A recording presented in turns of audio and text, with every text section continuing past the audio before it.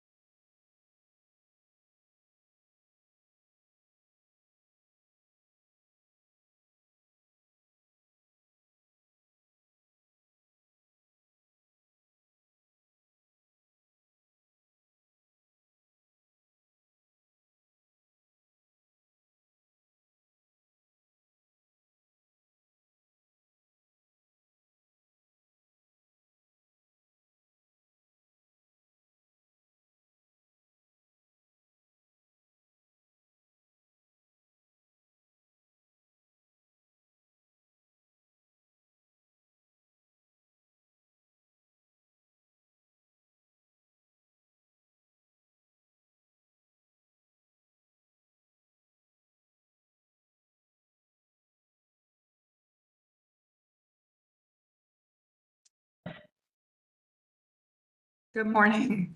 Can you guys hear me? Just checking. All good? Okay.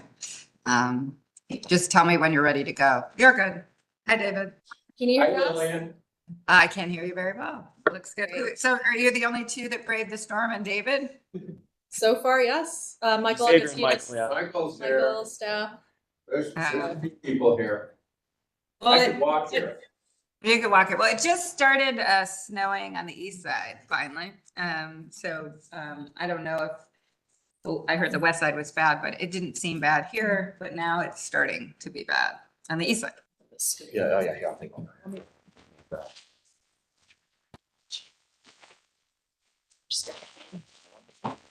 Lillian, I'm going to mute us again Michael. until we start. Because you're eating donuts or something. Maybe yes, maybe no. Cannot confirm. Bye.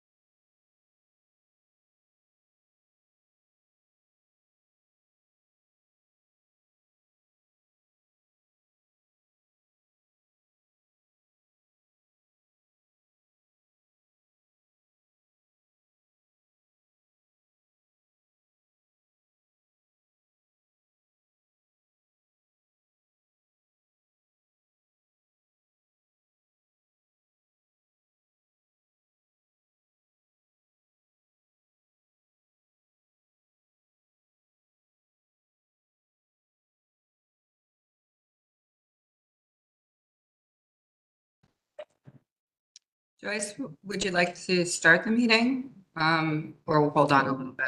I see we have August on. I see Erica online.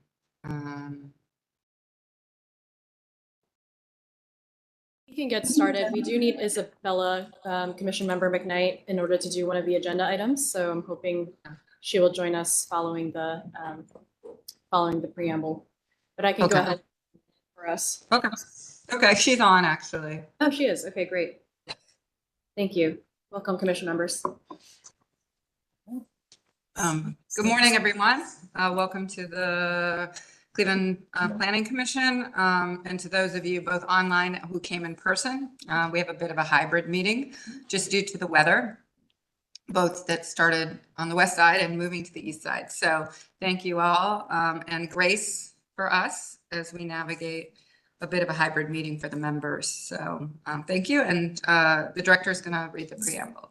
Great, thank you. In compliance with notification requirements of Ohio's open meeting law and section 101.021 of the codified ordinances of Cleveland, Ohio, 1976, notice of this meeting has been publicly posted. All boards and commissions under the purview of the City Planning Department conducts its meetings according to Robert's Rules of Order.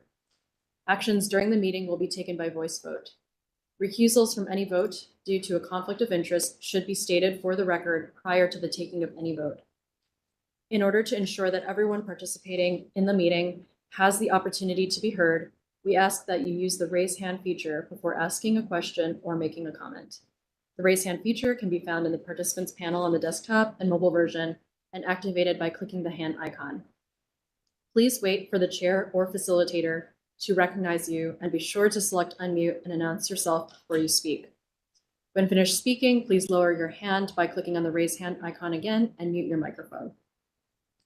We will also be utilizing the chat feature to communicate with participants. The chat feature can be activated by clicking the chat button located on the bottom of the WebEx screen. Calling users can unmute by using *6. All meeting activity is being recorded via the WebEx platform. These proceedings are also being live streamed via YouTube. All requests to speak on a particular matter submitted through the proper channels have been considered. We've also received emails from those who have provided written comment on a particular matter. Proper channels for comments are listed below. Communication with members of this body must follow proper channels for consideration. Any comments received by the Wednesday 12 p.m. deadline are collected by city planning staff and disseminated to the commission members prior to any scheduled meeting. You'll see the proper channels for public comment listed here. That includes sending an email to the city planning email address, calling and leaving a message at our office, or sending a letter or dropping off comments at City Hall at 601 Lakeside Avenue. A little bit more about meeting rules and procedures, especially for those who are new to this process. The chair will call each agenda item, and then each applicant will be invited to proceed through their presentation. Each presentation should be completed prior to questions and comments from the commission in order to facilitate a smooth presentation. Once the presentation has concluded, the chair will ask planning staff to summarize design review committee recommendations and any public comments received. The deadline for those comments is noon on Wednesday. They'll be read into the record. Any comments received by the deadline are also distributed to commission members prior to the meeting through the Dropbox link. Staff will identify any members of the public present and scheduled to speak. Public comment is allowed at the discretion of the chair, and any individual providing public comment is permitted 2 minutes to speak to the agenda item in which they have an interest. The chair will request a recommendation from the staff. If applicable, the commission will begin deliberations, project review, and then any commission member, except the chair, may make a motion at any point after an agenda item has been called. Thank you. Thank you, Director Wong. Michael, can you call the roll? Anthony, Present. Hooker, Present. Curry, Present. Ray Scott, McKnight, Present. Sargent, Slight, Present. I'm sure we have a quorum. Thank you. First order of business is to approve the minutes from the previous meeting. By the way, I like the new color scheme on the slides. Quite New nice. year, new branding. New branding. I know we've had the minutes in advance, but also they are there in the room. So any questions or comments? I think I saw Erica's hand go up. Is that true? Oh, I was just clapping for the new branding. Oh.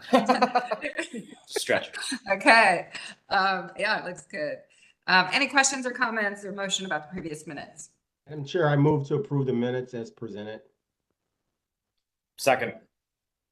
Motion in 2 seconds. I give it to Commission Member Anthony. Can you call the roll, Michael? Anthony, Yes. Fluker, Yes. Curry, Yes. McKnight, Yes. White. Yes. Motion carries. Okay, first item on the agenda is a conditional use permit, which is a zoning matter. And so on zoning matters, for those of you who are here, we hear from staff. We'll hear from the applicant, sometimes also the council person. And then we will take public comment. We'll take comment first for proponents of the matter and then opponents of the matter. So there will be opportunity for people to speak in favor or against it for 2 minutes or less. Then I'll close the public portion of the meeting, and then the commission members will deliberate for this matter. So if you'll go to the next slide, the item is 015-02004. This is at 3247 West 41st Street.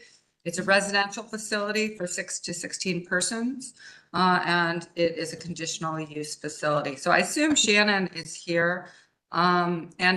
Just so I can check, is by chance the councilwoman here or anyone that we should allow to speak early? The councilwoman is on. Councilwoman. Okay. Smith. So councilwoman, if it's okay, if I might have Shannon go first and then maybe you could go second, if that's okay? Just to describe the project. All right, go ahead, Shannon. Good morning, Chair. Good morning, Commission. So this is an interesting case. This is something that you guys probably haven't seen, at least not in the last 6 years. This is at 3247 West 41st Street. Next slide, please. And so the proposal here is for a state licensed residential facility for 8 to 10 adults in a multifamily residential district. Next slide. And so the owner of the property is Francois Banurest. He's given notarized authority to Shared Living LLC, who is leasing the property and proposing the residential facility with 8 to 10 adults and 2 caregivers. There are no improvements proposed to the exterior of the home outside of what has already been done, and it will be state licensed. Next slide. And so why are we here? So this is one of those odd nuances in our code that states that a state licensed residential facility, if it's a large residential facility in a multifamily district, requires a conditional use from this body. And as long as it meets that it's not within 1,000 feet of another residential facility, it can move forward in requesting that conditional use from you all. So you'll note that this property is zone multifamily adjacent to a 2-family between Hyde and Robert on West 41st Street. It's immediately adjacent north of the Fawcett Foundation, which is another organization within the community. Next slide, please. And so the requirements that you must think about is the architectural design and site layout of the home compatible with adjoining land uses and the residential character of the neighborhood. And is there another residential facility located within 1,000 feet, which there is not. The purpose of requiring the conditional use is to ensure that this isn't a large institutional use in a multifamily district.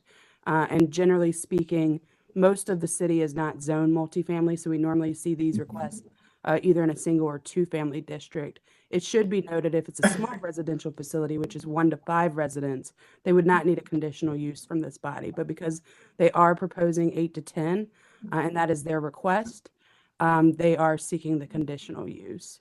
Next slide. And so these are just giving you a little bit of street context because they're not making any architectural improvements. I know they made some interior improvements in terms of, maintaining the house and things of that nature. There was no anything that really stood out on the application. So I'm just providing the context of the street. Next slide, please. And again, is the architectural design and site layout of the home compatible with adjoining land uses?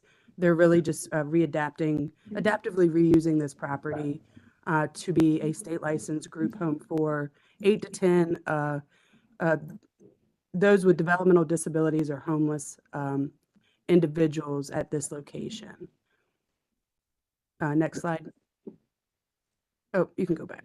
And that's really all I have for you guys this morning. I'm open to any questions. And then the representative, Denisa, or his partner, Bill Watkins, that have been authorized to speak for the owner that lives in Florida may be there in person or they may be online. Thank you, Shannon. First, is Councilwoman Santana on? I'd ask if she would like to speak or she can wait till we get through the public comment. Councilwoman? Yeah, good morning, Madam Chair and committee members. You guys are very brave. I love that you guys made it in person. But I will wait for public comment because this is the first time that I hear of this project. So Okay. I would like to get as much information as I possibly can. Okay. Thank you. Thank you. I'll call back on you. So first I'd like to hear from the applicant or the representatives of the applicant if they would like to speak before I open it up to the public. And please state your name.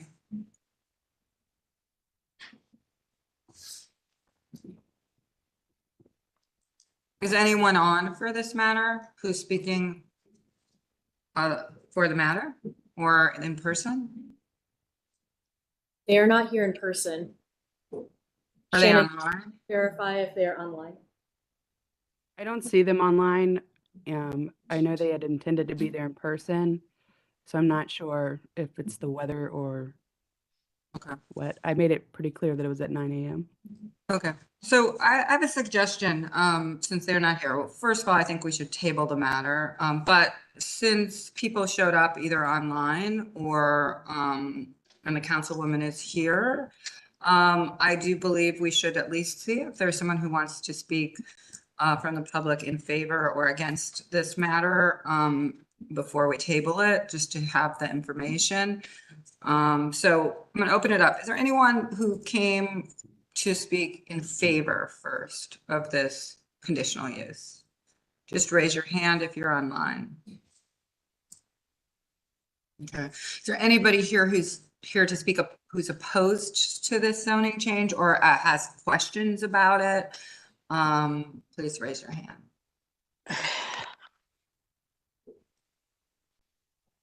Okay, so we don't have the applicant and Councilwoman, if you're okay with it, I think we should table this matter, but Yes. it will give some time for you to also potentially have the applicant come meet with you in advance of this as well. Thank you. I do. Madam Go ahead. I heard someone. Sorry, Council. Hello? Sure. Okay. Could you guys I'm not hear me? sure. Could you hear me? Yeah, we can hear you. So thank you, Madam Chair. I'm grateful for Director Wong who called me yesterday and let me know about this project. But, I would love more time to find out how the neighbors feel about this, to learn more about the project in addition to this presentation. I'm a little worried about, the owner being out of state. So there's just still some work on my end that I would like some time to do before supporting a project.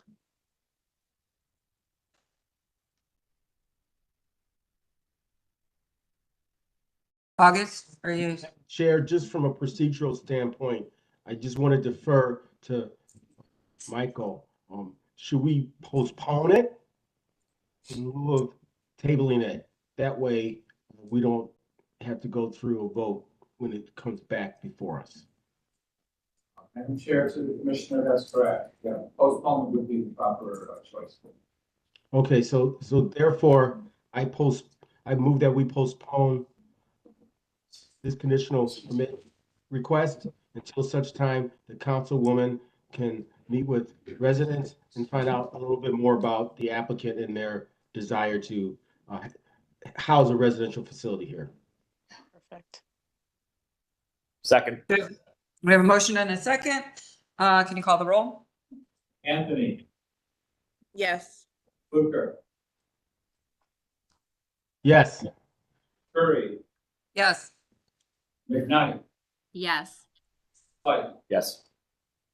Motion carries. Thank you all. Thank you, Councilwoman. Thank you. You're welcome. Be safe out there. Okay, you too. I was not brave, so I'm home. Wanted to come. I was told to stay home by Joyce. Well, now it's actually really bad in my, It is getting- like it went from like 0 to 100 over here. And the streets are covered and literally since we started the meeting. I'm happy to use my snowblower. Okay. Oh, spoken like a man. All right. In first item in design review is in the far west side. And this is a Depot on Detroit. I believe Mr. Fluker needs to recuse himself, so you're gonna have to go into the waiting room. This is at 10300 Detroit Avenue. This is Katie from City Architecture and anyone else who is here to speak to this matter. If you read the note, we did grant schematic approval with some conditions in November. They're listed here, but we'll ask the applicant to please make note of these as you present and any additional comments from the local design review. So anyone who's here to speak to this, do you swear to tell the truth, the whole truth, as you shall answer to the penalty of perjury? I do. Are you, Katie, are you the only one who's going to speak to this? I believe so. We do have representatives from Flaherty and Collins, Northwest neighborhoods on as well. Of course, there are any questions, they may chime in, but I will be leading the presentation. Okay. Okay. So, if they're going to speak, I'll need to swear them in. So, if they could just say aye, that would be great. Hi, Okay. And your name? Julie Collier, Flaherty and Collins. Okay. Thank you. All right. Thank you, Katie. Go ahead.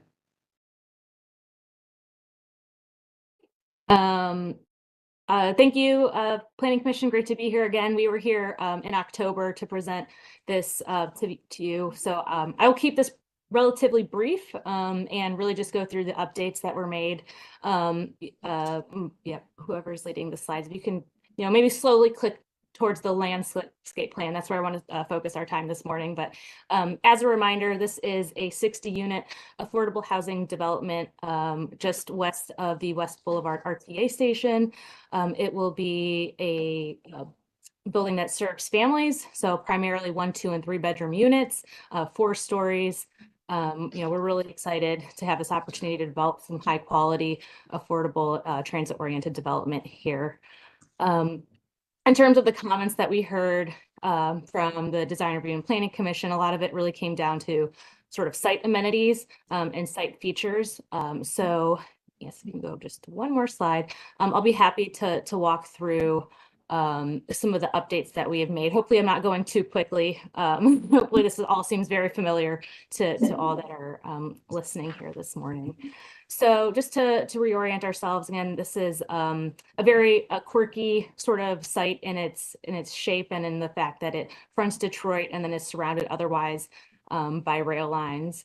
It also has some major utility lines on the site, kind of through the site, that have impacted the layout and footprint of our building and our parking.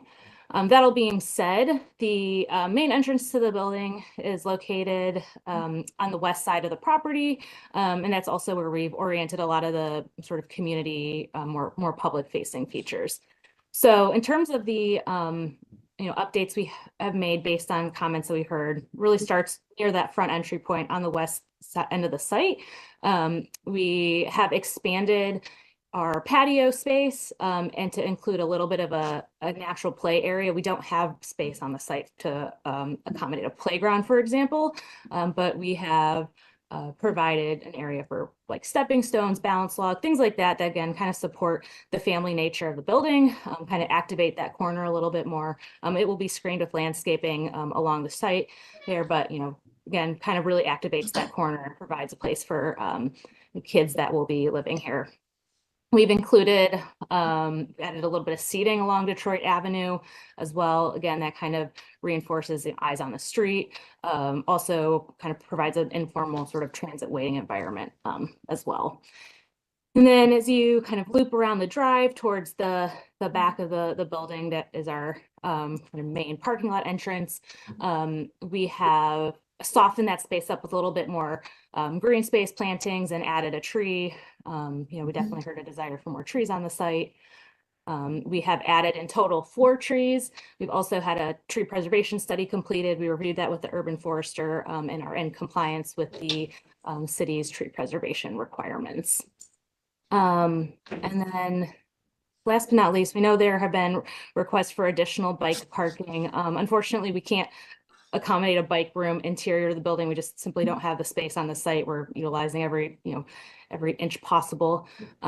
We are providing 12 bike parking spaces, which is in excess of the zoning code requirement, which requires 3 bike parking spaces. If there are operationally or otherwise just practically demands for additional bike parking, that's something that we're happy to look at after construction. That's very easily to accommodate and retrofit.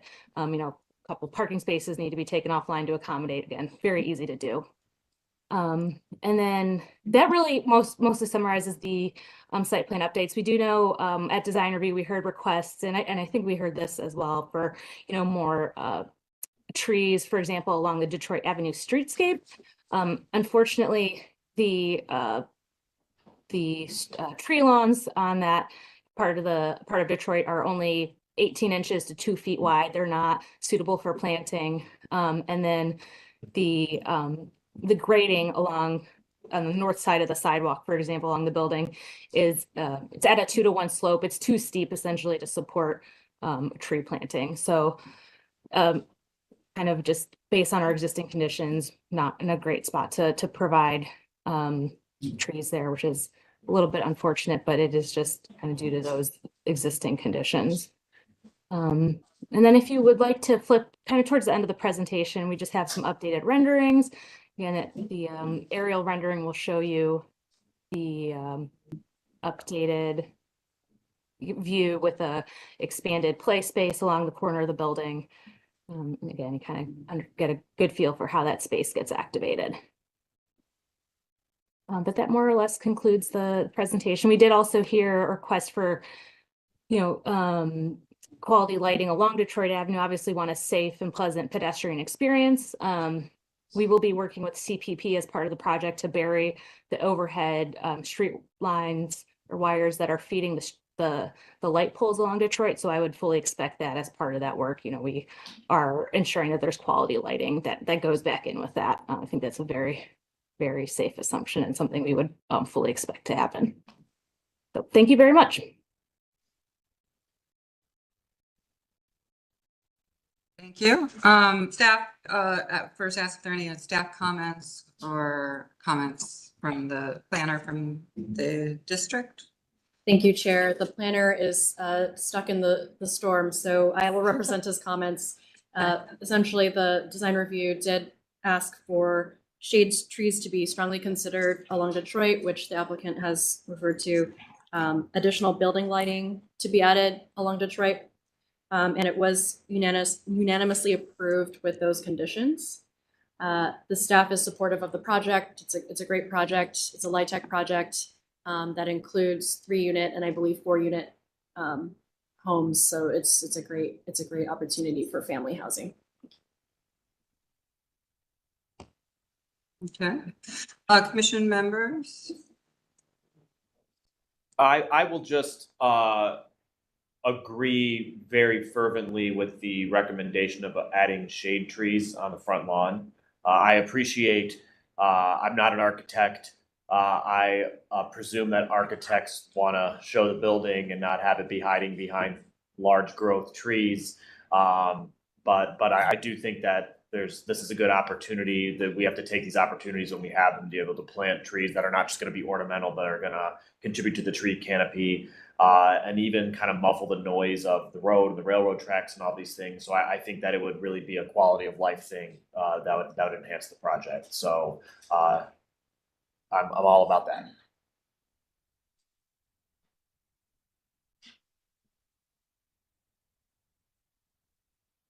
Anybody else?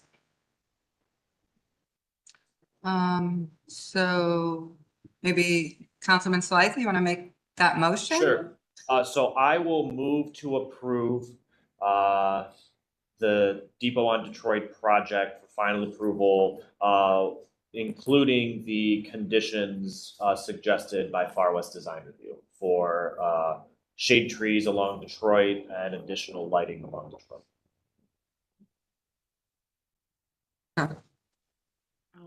Second. We have a motion and a second. Call the roll. Anthony, Yes. Curry, Yes. McKnight, Yes. Slight. Yes. Motion carries. Thank you very much. And it's a great project, so can't wait to see it. Thank you very much. Thank you. You're welcome. Can we let Commission Member Fluker back in before we go to the next item, which is in Southeast Design Review? There he is. There he is. All right, we go to the next page.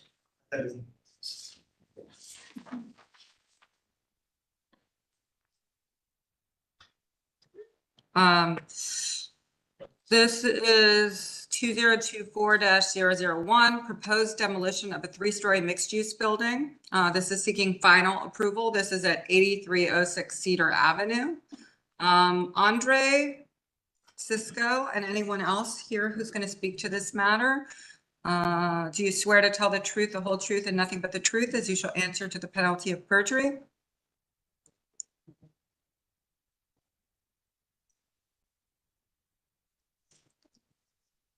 Mr. Cisco?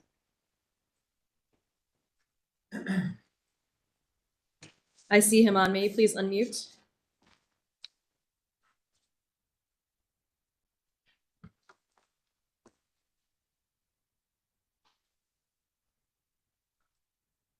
Mr. Cisco? Okay, he may have stepped away for a moment. May we consider moving on to the next agenda item and coming back to this one? Okay, so we don't need to do anything, right? Or postpone? Chair, we can just skip it. Okay, we just skip it. All right, next item.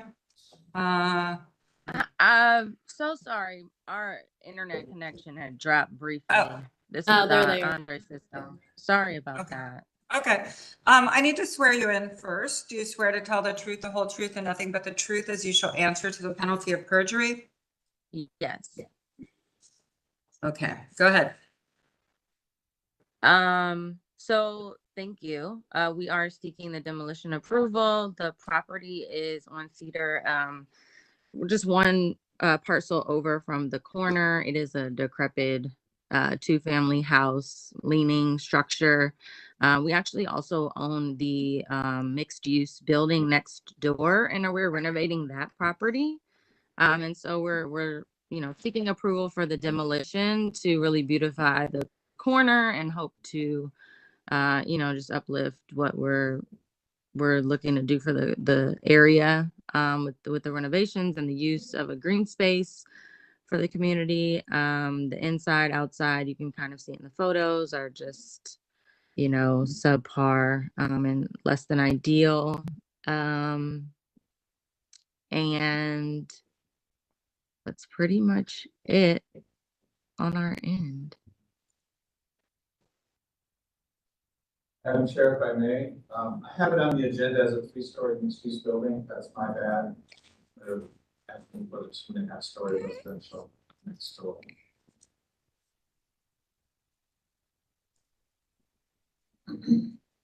Okay. That isn't a problem for us, is it, Michael? We can just go ahead.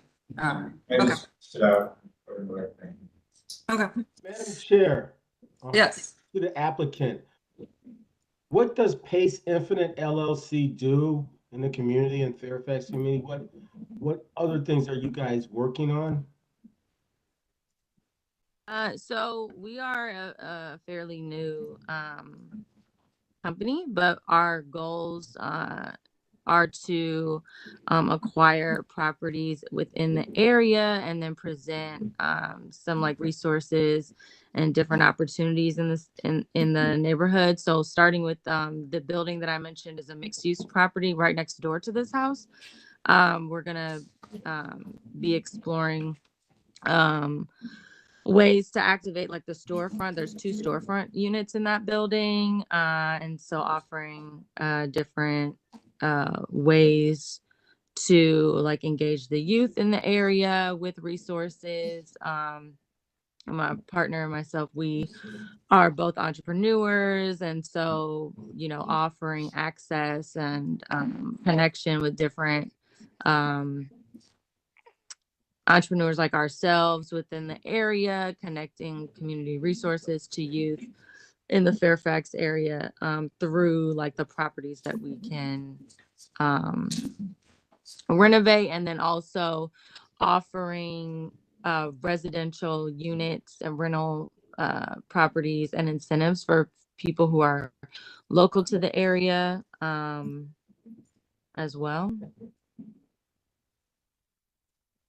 And one other question, Madam Chair, to the applicant.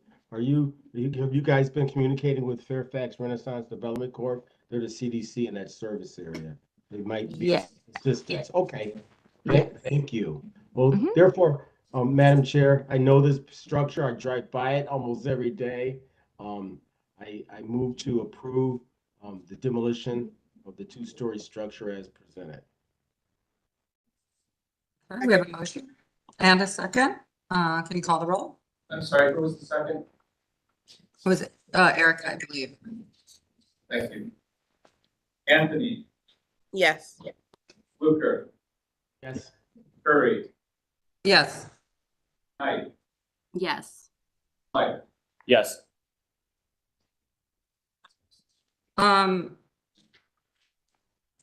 So next item is Southeast Design Review, proposed demolition of a 2-story building seeking final approval. This is at 8637 Buckeye Road.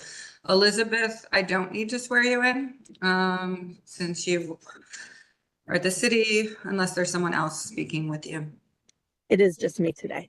Okay. Alrighty. Building and Housing Demolition Bureau is proposing the demolition of 8637. It is a vacant, abandoned theater dance hall that underwent a fire. It has significantly deteriorated. We have received several complaints on the structure, and we have boarded it up. We are planning on clearing, grading, and seeding it. We have presented the project to Council President Blaine Griffin, who has approved it. It is also a priority demolition for Director Sally Martin O'Toole at this point because of the safety hazards at the site. Further pictures on the next couple slides will show the site conditions as of this past summer when we conducted environmental assessments on it. Next slide, I believe you'll see these are all the surrounding areas. It's pretty much on the vacant side of Buckeye. As you can see in the lower left, it has collapsed in on itself, and it is a significant safety issue for the community. So we are presenting to receive approval for this demolition. We do have a contractor lined up who is ready to go. And that is it. Madam Chair, to the presenter and applicant, I saw Purnell Jones Funeral Home as the owner. Understand they are a business, and I believe one of the individuals who own that business is a county commissioner. Why is the city paying to tear down a property of a business owner, county commissioner? So in our normal project or daily course of work, we do a standard process where if our building and housing inspectors deem it, health and safety violations, condemnation notices are issued, and they are on private, public, state forfeitures. It's irregardless of an owner. We go through a process where we notify the owner of the process, request that they fix it. We provide them with the necessary information, copy of the forfeiture or copy of the demolition notice. We certify, mail it to them. And in this instance, we did reach out to the owner on 3 separate occasions, I believe, and he did sign for the certified mailers. What happens is whenever we do a demolition, we go through our legal recourse, and then we will bill back all costs associated with it. If they are not paid, we then go to put a lien on the taxes and or take it to collections. So that is our standard process, regardless of who owns it. We have an interest and desire in having ownership take care of it, but obviously we cannot force it. We ask them to, we work with them. As you see, this project was condemned in 21. We have not been able to receive any action on the owner. I can state that Director Martin O'Toole has spoken to Mr. Jones, and he has accepted our role in it. He is going to let us handle the demolition, and then he has committed to paying us back for those costs. All right, thank you. That You're welcome. appears to be acceptable. I just wanted to make sure I wasn't clear how that process would play out. Thank you. Sure. One quick question for Ms. Mackey, Chair. Yes. When we bill, I believe when we bill for the costs of demolitions incurred by the city, that we are billing at cost. Is that correct? We are, so we would bill for the literal cost of the demolition. We are billing a small administrative fee for our work, and then any necessary environmental assessments we've done. So in this case, prior to demolition, we've done an environmental study and asbestos study. So I believe total those costs are going to be around $106,000. If all demolition costs stay with what we believe they will be, which is just under 100,000. Okay, this is my macro comment just from Charlie Slife.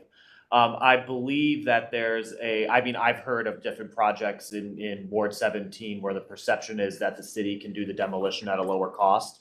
I believe that administrative fee should be a large administrative fee, and that the incentive to allow the city to incur the demolition should not be there. I appreciate that we're getting reimbursed for our costs. However, that's great in theory, but that's not always true in practice. Many of these get certified to the tax bill. The property ends up going through tax foreclosure, and the city of Cleveland never gets that money back. But even when we do get the money back, we have cash flow issues here in Cleveland City Hall, and I don't think we have the working capital just to be fronting out 6 figures because we're a more cost-effective way to deal with the private property issue. So that is the perspective of this council member. I will take that to my other colleagues, but I believe that the city has full ability. I mean, when we go through any other project, if we're giving money to a multifamily housing development, that whoever gets the money charges an administrative fee, and that's their livelihood. So I don't see any reason why the city of Cleveland needs to deprive itself of its own resources and allow this sort of issue to perpetuate. Not saying it's in any individual case whether that's the intent or not, but I've heard that rumor put out there, and I want to quash it. So wait, I have a question.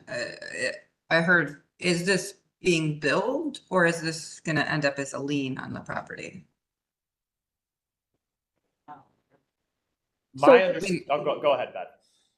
Oh, okay. So our traditional path is once we've conducted the demolition, we have a final cost, we would bill and ask for reimbursement. If it is not occurring, we will place a lien.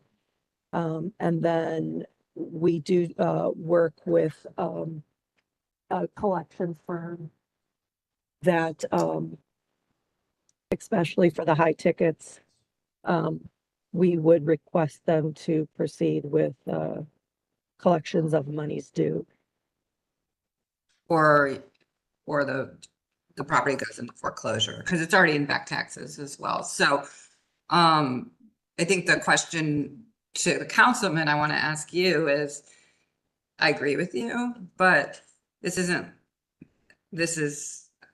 people agreeing to pay this, right?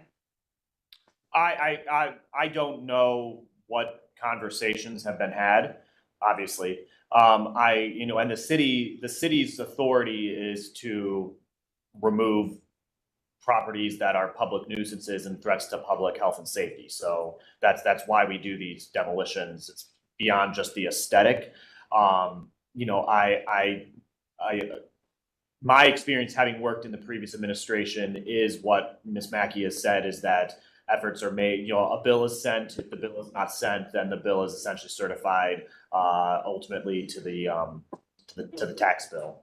And that's why you'll see sometimes like property that otherwise would be tax exempt, like a church-owned property or something like that, having delinquent taxes because the city charged something to a tax bill for like grass cutting or a demolition, and essentially created a property tax bill where there would have been none. Madam Chair, I do have a question, and I hate to beat the horse, because now my brain is working. I think there should be a better way to handle this. And what I mean by that is, if in fact there is a process, and if they renege on payment, then can you foreclose? Can you take control of the property? Can the land bank get involved?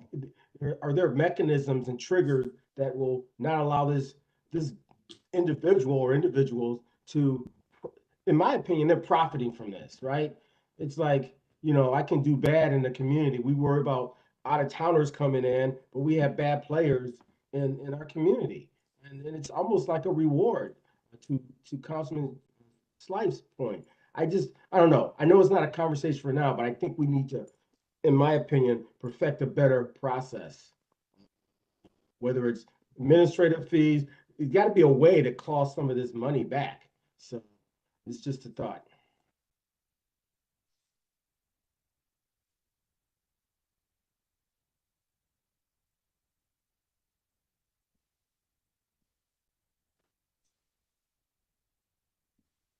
Okay.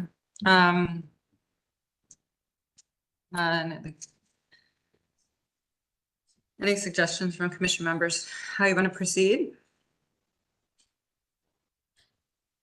The only other point I note is that if for some reason this isn't paid, kind of a $100,000+ lien on vacant land that isn't going to be worth that much, is also a problem for me conceptually, because it's not a huge piece of land. And so the city is going to lose out in that regard long-term.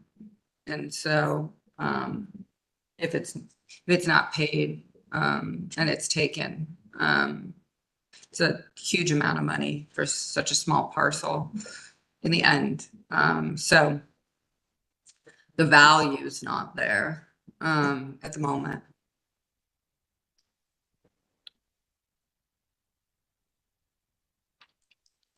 One more question to the Department of Building and Housing. It's noted on the slide that this is a priority demolition.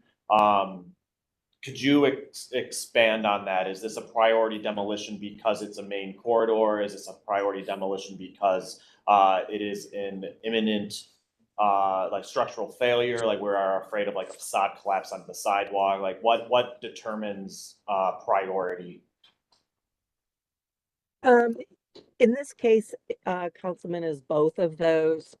We've had follow-up requests from the site inspector advising us that the condition continues to deteriorate. So that is one. But secondly, because it is sitting at the intersection of Buckeye and the Opportunity Corridor is very visible, that is another factor as well.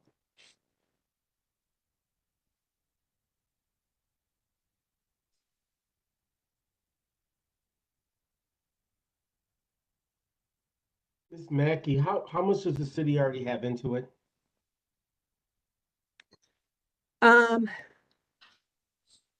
Roughly about $5,000. And that's just the hard cost of our environmental studies, if you will. We have significant time with inspections, coming to hearings, doing presentations, but on the books per se, it's around 5,000. And one other question, Ms. Mackey, from the, through the chair, have you already entered into an agreement with said owner? Has it already been signed and executed, and where are you in the process? As far as repayment? Or- Yeah, their willingness to sign an agreement that commits them to doing so. Where's that? So, we, as a general rule, do not have, detailed conversations with an owner of a structure to go down this path. I think we could all appreciate the uniqueness of the ownership in this structure. And senior management felt it prudent to reach out and have that conversation with Mr. Jones. So that is a uniqueness in this structure. And that was a owner to a director discussion to say, we are in this position. I'm giving you my word that we will pay the bill when you send it to us. Normally, this is not the path that it takes.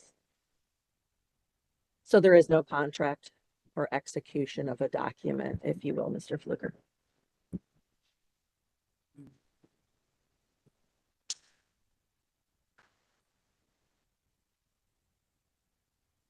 This is a tough one. Yep. Because it sounds like something has happened that typically doesn't happen, and you have a county council person involved and a business owner. I'd be inclined to move to postpone this, to hopefully come back with a strategy that we might feel comfortable with, at least me. I don't want to speak for the commission or my fellow commission. I mean, I think in some ways, in the sort of unusual circumstances, a signed note is probably required. Since this is an unusual case, I think a signed note is prudent. And also just, I think, obligation for transparency. Well,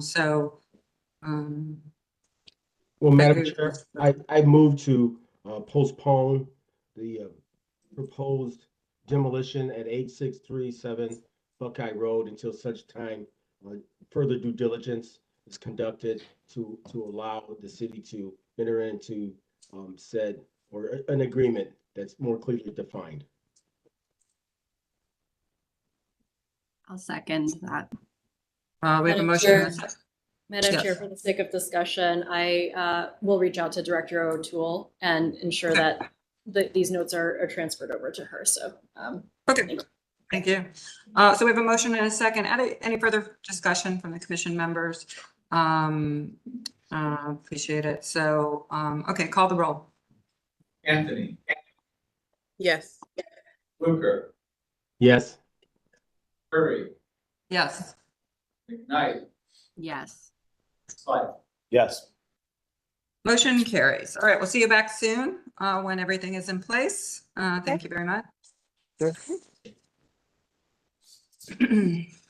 Next item. Or proposed demolition of a one-story structure for final approval, 17503 Harvard Avenue. Elizabeth, you're here again. We went from 3 stories to 2 stories to 1 story. So hopefully this one will be easier. I hope so. All righty. So again, the Demolition Bureau is looking to receive approval for the demolition of 1750305 Harvard Avenue. This is 2 structures on 1 parcel. The front, which is your left picture, is a dilapidated 2 apartment dwelling, and then the rear structure used to be a hotel. Most recently, it's zoned for daycare. So we are looking for approval for the demolition of both structures. Next slide, please. We have condemned both structures as of July of 22. They are vacant. We have received complaints and we have boarded it. They will be demolished to slab, cleared, graded, seeded. Harvard Community Service Center Director has approved. We also did receive approval for Council Member Joseph Jones for this. And this is a priority demolition for Mayor Bibb Southeast Strategy Team, simply because of the corridor, but also because of the activity that is occurring at the site. That they wish to have it demolished.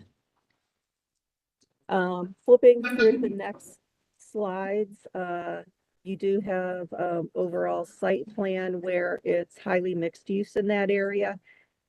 Residential adjacent, body shop adjacent, gas stations, things like that.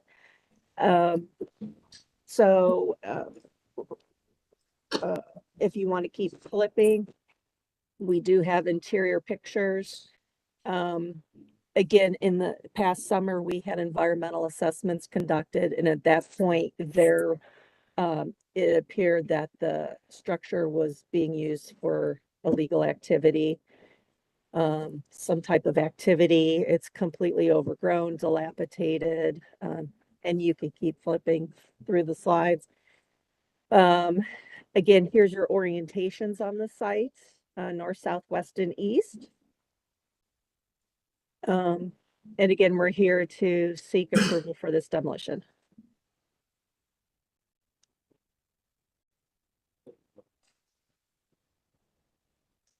Any questions?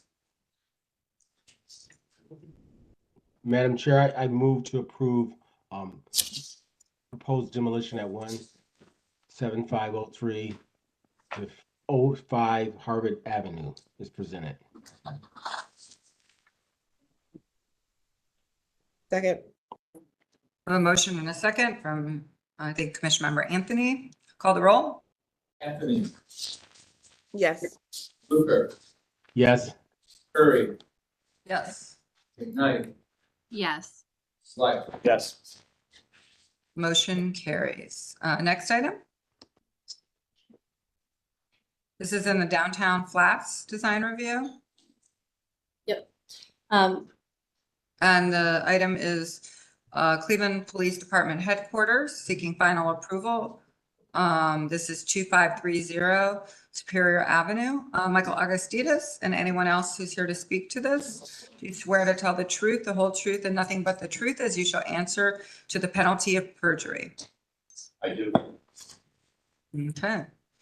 Are you the only one here to present to this, Michael? I believe there might be a few people online. I believe somebody from the Division of Police, Brian Daly from my office is on the call as well, and Mark Golick from the Division of Architecture and Site Design is here in person. Okay. Well, anyone who doesn't work for the city online, I need you to say your name and say yes. I am Rich Morehouse, counsel for the property owner. I'm a counsel with Coleman Jackson Okay. Nessa Beasley, owner's rep. for the city of Cleveland. Okay, thank you. Okay, go ahead, Michael. Good morning, everybody, and thank you for taking time this morning to review the project. We have presented this previously, I believe it was back in September. We did receive some preliminary approvals. We have since implemented those recommendations from the ARB and from the Planning Commission in the final version that we will be presenting today. And if we can go ahead and start the presentation. This is for the renovation of the existing art craft building on Superior Avenue for the new Division of Police Headquarters. The project entails the complete renovation of the existing building, approximately 300,000 square feet. The construction of a new Category 4 building immediately behind the building, and the construction of a new 450-car garage immediately on the south side of the site. Next slide, please.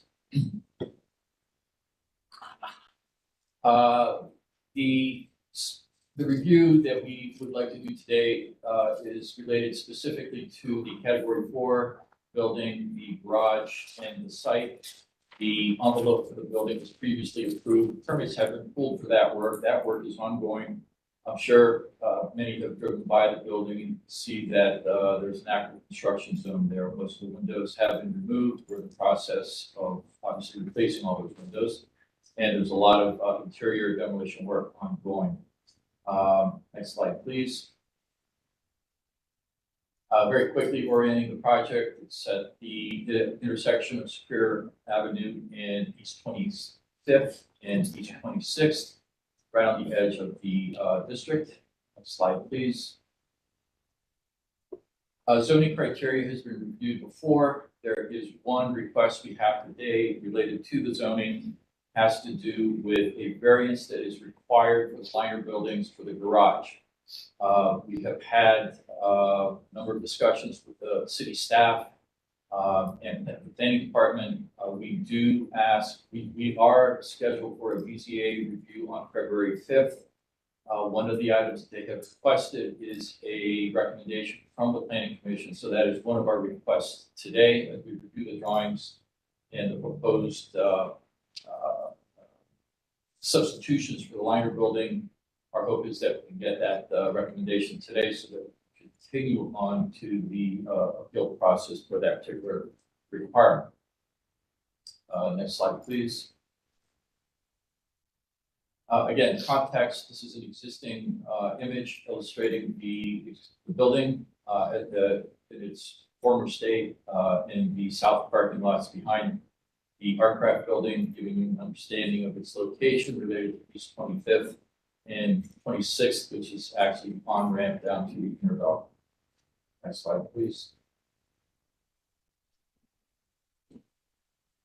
Some context images. You've seen these before. I won't spend a lot of time on it. I think everybody's familiar with the building. Renovation work on the exterior is ongoing, as I said. We are working with Tommy Blonsky and the technical advisor for the Gateway District as it relates to the requirements for the criteria for the renovation and restoration of the envelope.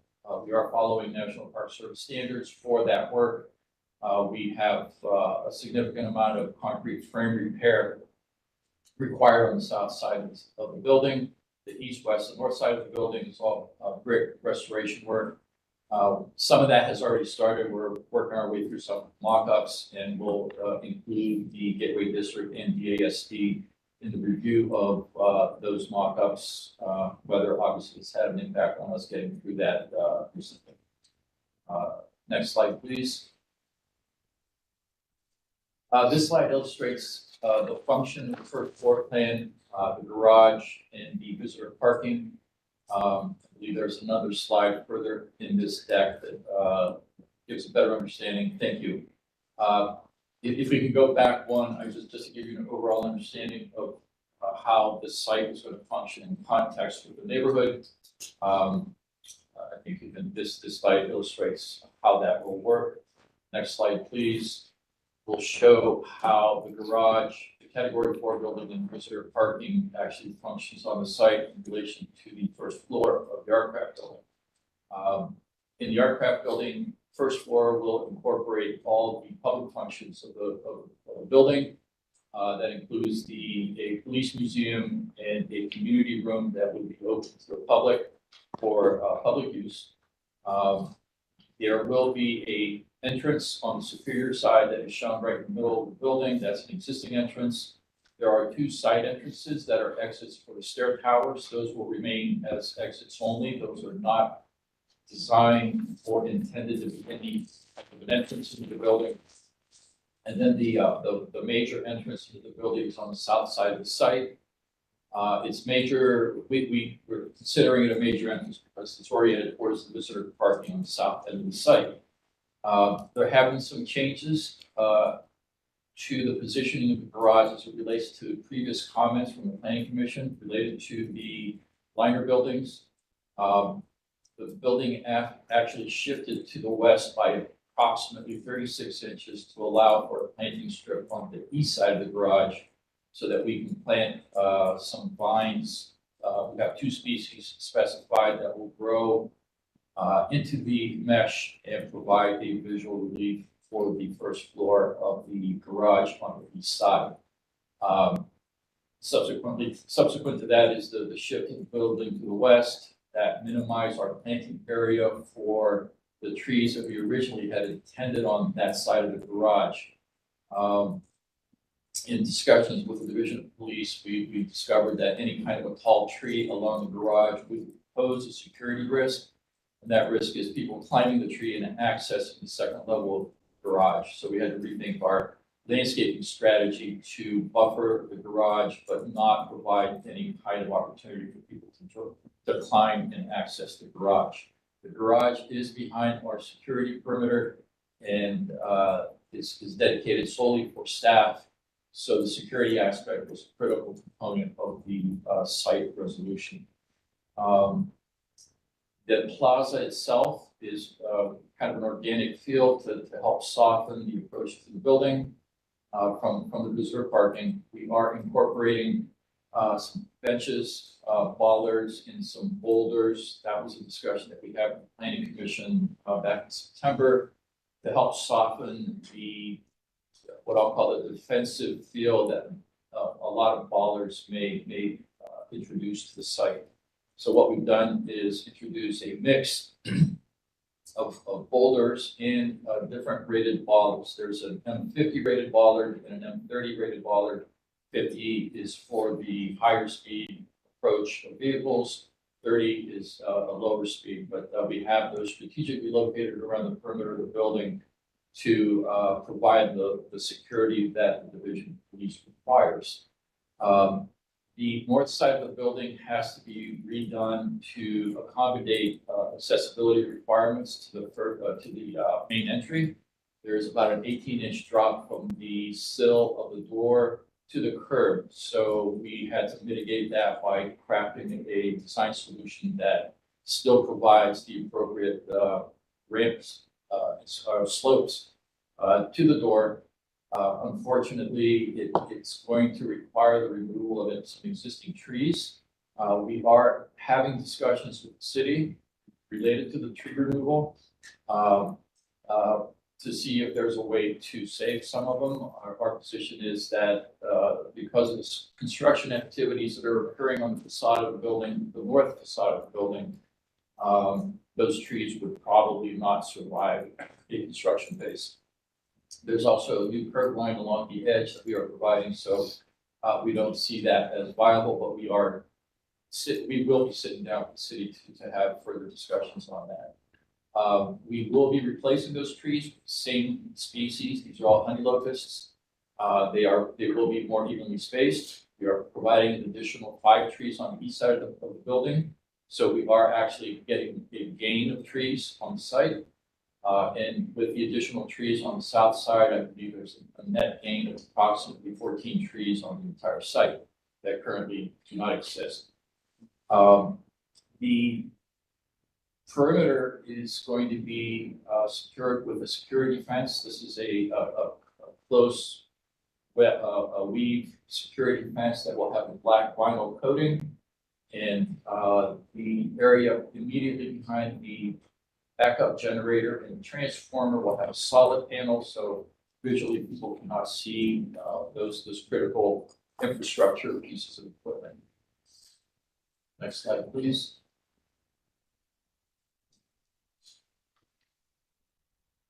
Our palette of materials for the exterior, specific to the Category 4 building and the garage. The Category 4 building and the garage have been better tuned in terms of structural requirements. They're obviously final at this point. It is a little tighter than what we have previously shown. We feel that it improved the scale proportion of those two buildings. It relates to the Artcraft building. Top left is an illustration of the soffit material that we intend on using on the underside of the canopies. To the right of that is the blue Aluco bond panels that we will be using for the Category 4 building. There's two colors that we're proposing here: the white panel and the blue panel. That is a representation of the blue color associated with the Division of Police. Below that are some visual examples of the security fence and the security gates that will be used at the perimeter as well. Next slide, please. These are elevations of the west side. That would be the bottom elevation. The top elevation is the south elevation, showing what that would look like from the south end of the site.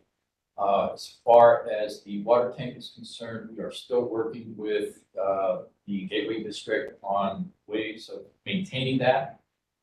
We have options. Those options are related to repairs or a replacement of what would be a not a mock-up, it would be a fiberglass tank that would mimic the current configuration of the water tank. Those discussions are ongoing, and we will have a resolution for that soon. The south elevations, you can begin to see the change in the landscaping along the garage. We have renderings that better represent that, but I can discuss that as we move through this deck. Next slide, please. Section, just giving you an understanding of the relationship of the floor elevations to the Category 4 and its relationship back to the garage. Next slide, please. Typical floor plan, providing understanding of the access for police officials into the real-time crime center of the Category 4 building. Next slide, please. Some aerial views. These are as descriptive as the renderings, but what this does represent is the configuration of the visitor parking garage plaza Category 4 of the Artcraft building. There is one item on this that is not correct.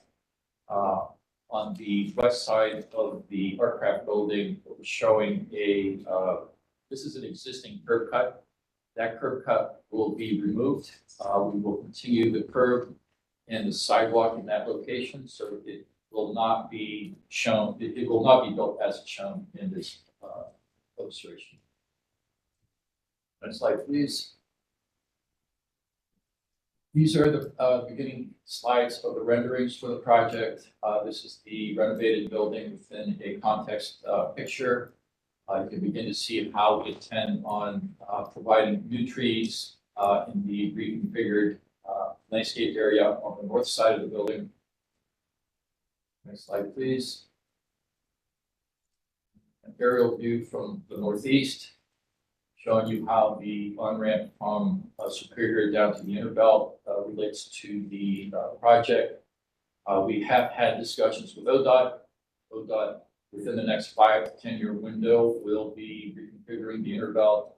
That ramp will be removed, but we will maintain access to the back part of our site, so it would be dedicated solely to the use for the use of the Division of Police. Next slide, please. And again, a view from the southwest, give you an understanding of how everything is going to fit into the existing site. Next slide, please. We thought this would be an important image. Many have asked, what is this going to look like from Unibelt? This is as close of a representation that we can get. The slope obviously has a lot of overgrowth. That's ODOT's responsibility. They do trim the trees twice a year, I believe. So depending on when they trim, you'll probably get a different perspective or view of the garage in the back. Next slide, please. We're getting into the renderings now. We have presented this to ARB. We do intend on coming back with a full signage presentation. These represent the images that you're seeing is what we have. We are pursuing. We haven't finalized any of this, but the intent here is to provide individual letters above the main entry that will be illuminated. There would be the faces would be illuminated. We did consider rear illumination, but because of how the piers relate to the sills of the windows, there would be a varying degree of lighting behind it, so it would be very consistent. So we decided to do it as a front face to provide a more visually consistent illumination. Here you can begin to see how we've integrated boulders, which I believe was a suggestion from the Planning Commission for us to explore in a way to soften the approach to the building. So this, again, is part of the security perimeter that we need to provide for the building. Intent is to provide two larger light fixtures, pole fixtures on either side of the main entrance. And you can begin to see the spacing for the proposed new trees along this entrance. Next slide, please. This is an image of the reconfigured South Plaza entrance. Reserved parking to the right and the actual plaza to the left. Again, we're showing where the drop-off would occur for visitors. The bollards to help provide that perimeter security requirement. Individual trees strategically located to help craft some different zones within the plaza. We wanted to take a more organic approach to how the sidewalks were laid out to help soften the experience as you approach the entrance, the south entrance for the headquarters. The positioning of the Category 4 building and the signage with the badge is consistent with what we previously provided. I feel like it provides a very strong image and message for people arriving that this is indeed the headquarters for the Division of Police. Next slide, please. A view from the south end of the site. This is the image that I was referring to earlier that illustrates the change from the tall trees that we had along the garage. And how we had to craft a more secure approach for the garage. Now, during our ARB review, there was a suggestion to remove what we have shown here and simply do the same thing that we're doing on the east side of the garage. We're more than happy to accommodate that, but we obviously need to get some feedback from the Planning Commission on this as well. The trees on the curb side are consistent with what was previously presented. We're beginning to see some of the ground science strategies that we're beginning to implement for the site as well. Next slide, please. A closer view of the plaza as you're walking towards the entrance, you can begin to see what that experience will feel like. Obviously, you can see the bollards. Some of these will be illuminated to help provide illumination in the evening. Others will not. The ones that you see further back are the height of the M50 rated bollards to prevent any vehicle access or encroachment to the entrance of the building. We are providing seating configurations for informal discussions between visitors and police staff. That was a specific request from the Division of Police to provide that accommodation to the site. Next slide, please. And as you get closer to the entrance, you can begin to see how this is going to feel as you are getting ready to enter into the building. We wanted to make sure this was a very comfortable and welcoming gesture. That's the reason for the wood tones under the soffit. It also begins to relate to the brick when it is fully clean. I think everybody knows the building. It's a very, very distressed and dirty building in terms of the brick. The cleaning methods that we have seen will really make a very big impact on what the building is actually going to look like. So we're very excited about how the final product is actually going to look. Next slide, please. And this is where your the main entrance, the south entrance, canopy covering the entrance doors in Category 4 building to the right. We are reformatting our bike parking strategies. We're working with Dan from the city to make sure that we get the appropriate count and locations. What you see a bike rack here. There will be a modification for the bike parking based on the requirements for the bicycle ordinances that are on the books right now. Next slide, please. This is a view of the Category 4 building from the east side. The big part of this architectural perspective is how this touches the aircraft building. Consistent with what we presented previously, the connector piece is going to be a very light touch. We have transparent glass, and we have some reflective glass to help emulate a very, like I said, a light touch of how the Category 4 building actually integrates with the aircraft building. And to the left, at the lower left corner, you can see the solid panels that will be integrated with the security fence to help screen the backup generator and the transformers that will be powering the building. Next slide, please. And this is a dusk view, southwest corner of the site, looking at what the visitor parking lot will look like. And again, gives you another indication of some of the ground signage to the lower right corner, identifying public parking, how to access the site. Next slide, please. That's basically it. So, thank you. Thank you, Michael. I'm going to ask first for staff if there's any staff comment or report before we open it up to the commission. Yes, Dan Schinkel, who is the principal planner of Public Realm Major Projects, is here to report. Madam Chair and members of the commission, thank you. Just going to walk through the conditions. Also, just wanted to thank the applicant up front. We've been working for a couple weeks together, just talking through the project, and appreciate all the just quick responses and ability to work with us and pick up any questions and details that we needed. The conditions I'll just run through here. Essentially the big picture is the Downtown Flats Design Review Committee looked at the project yesterday. They made a motion for final approval for all the architectural components of the project. The only condition was changing that arborvitae that Michael was alluding to along the edge of the parking deck, changing that to match the vegetative screen that was on the other side of the garage.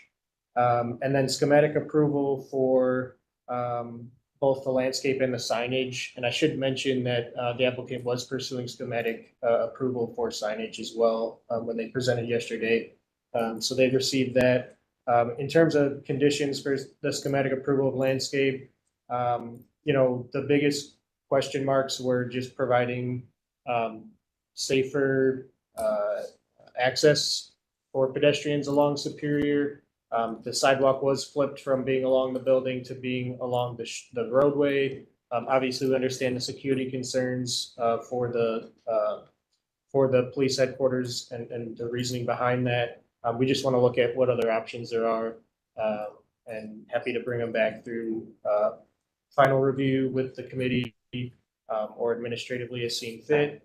The other discussion points just around landscape, we're providing more of an outdoor living space in that plaza, especially when considering the desire of the police to have sort of outdoor meetings with victims of crime and things like that in a setting that's maybe more pleasant than coming inside the building. There's still questions from the committee about whether bollards or quarry stones are the right fit for the location in terms of an urban aesthetic. So they just requested to continue that review, and specifically looking at maintenance around bollards and stones and what that ground plane is. If it's in grass, there's a lot of trimming maintenance involved, and trying to alleviate that. So it could either be hardscape or even mentioned was like a soft landscaping that doesn't necessarily need mowed or trimmed as often. And then as mentioned, we are working through tree preservation, understanding that construction has to do what it needs to do, but if there's ways to preserve any trees, we're looking to do that as well.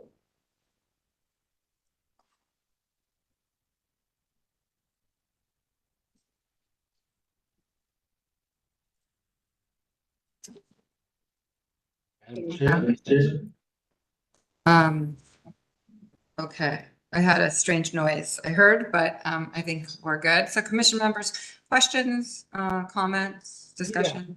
I want to commend staff and the applicant on looking at something other than bollards. I believe there might be an opportunity, an art opportunity to like they used to do in WPA art, right? Cast some things that could actually create more interest and actually fill that part. I don't know if there's what the art component is to this, but I think that would be an excellent opportunity to really get creative, in my opinion. It's just a thought. Thank you.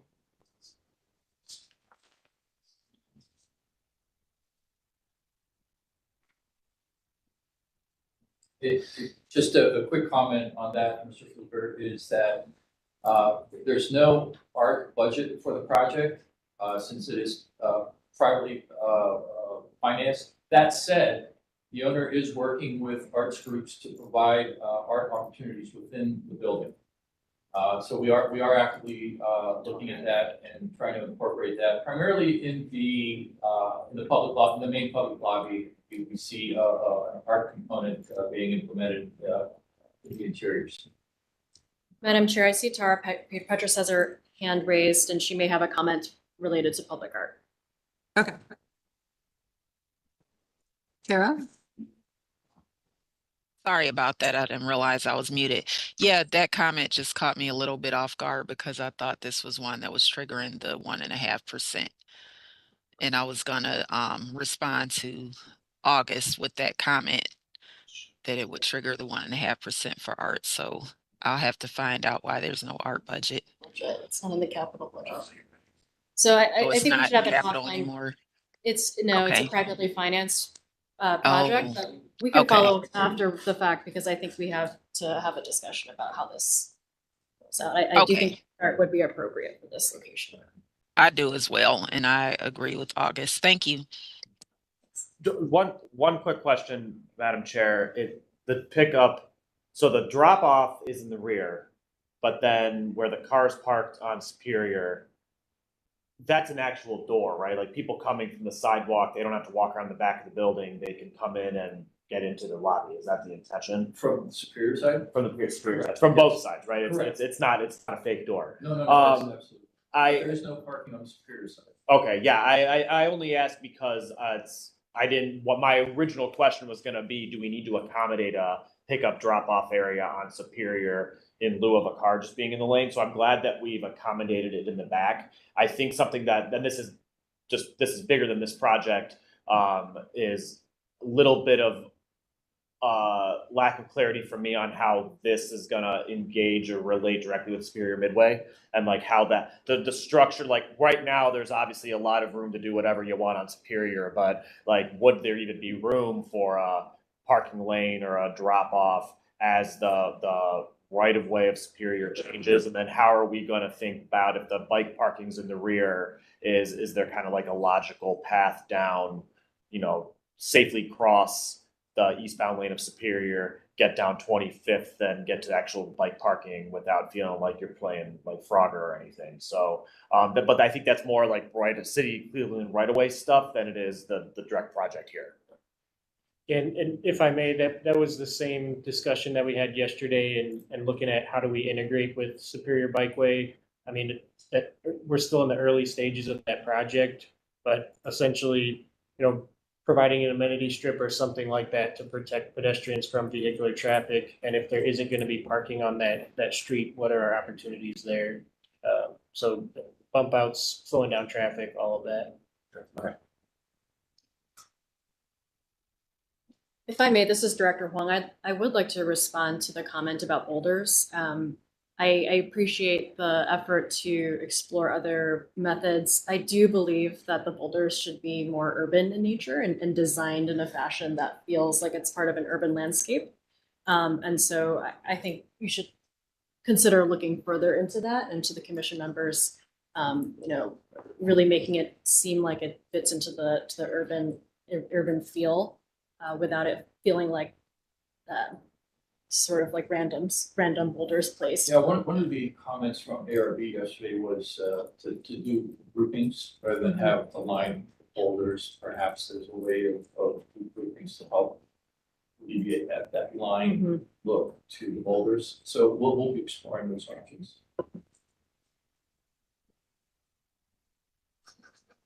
Madam Chair, I'm going to try and take a stab at this. This is kind of a complicated series of caveats in this motion. I just need to clarify earlier on in your presentation, Madam Chair, to Mr. Augustides, you indicated that there's a zoning variance required. I wasn't really sure what you're asking us to approve. I'm not understanding what that is, so I can include that in our motion. There's one. Yes, the variance is for the liner building requirement for buildings within this district. Okay. And what we're asking for is a variance that would eliminate the need for the liner building. As you can see, there's not a lot of room on the site, and we feel we provided the kind of screening that we feel would be necessary for the garage. Keep in mind that the east side, we're looking at an on-ramp to the inner belt. The west side is, we have a lot of trees and the visitor parking, creating a screening element for the garage as well. So what BZA has asked for is a recommendation from the planning commission, so that can be read into the record during our appeal hearings. So that's the request that we are looking for, or that's what we're looking for today. Okay. Okay. Madam Chair, Shannon Leonard can further expound on the zoning requirement just for more information. So I'm clear what we're going to say. Thank you, Director Wong. Good morning, Shannon Leonard, Chief City Planner, Zoning. So essentially here, a liner building is required in the central business district. This is on the edge of the central business district. And so the ability to grant a variance for a liner building, what the applicant is just asking is that essentially if you approve the site plan here and what is being proposed, you're essentially already recommending that the liner building isn't necessary, or you approve the project without the liner building. And so the Board of Zoning Appeals is just, as generally speaking, looking for a recommendation for approval from the Planning Commission. It's what they do with every project that goes through that needs a variance. Okay. But you're not granting the variance, if that Correct. That's, I wanted to be sure, because it's not a conditional use, right? I just wanted to make sure we didn't have to make a motion specifically for that. I had three items on my list, and that was one of them. I do believe, sometimes the Landmarks Commission will do this as well. You can make you can say in your motion as one of the items that you also recommend the BZA grant the variance, just very clearly stated. So Director Wong, so this is final approval for the building and schematic for landscape and signage. Is that correct? That's correct. Okay, let me start. Hopefully we'll get this right the first time. Yeah, Michael, turn your AI on. I move to approve final approval of the building and garage as presented, with acknowledgement that the applicant has requested the project be constructed without a liner building. The other part of the motion would be to approve the schematic design for landscape architecture and signage with the following consideration: that the applicant further investigate the advent of outdoor rooms for visitors. They further investigate the bollards and their disposition and aesthetic, and provide and consider how residents or pedestrians visiting this site are protected from traffic and on-street parking, and in a removal of on-street parking. Thank you.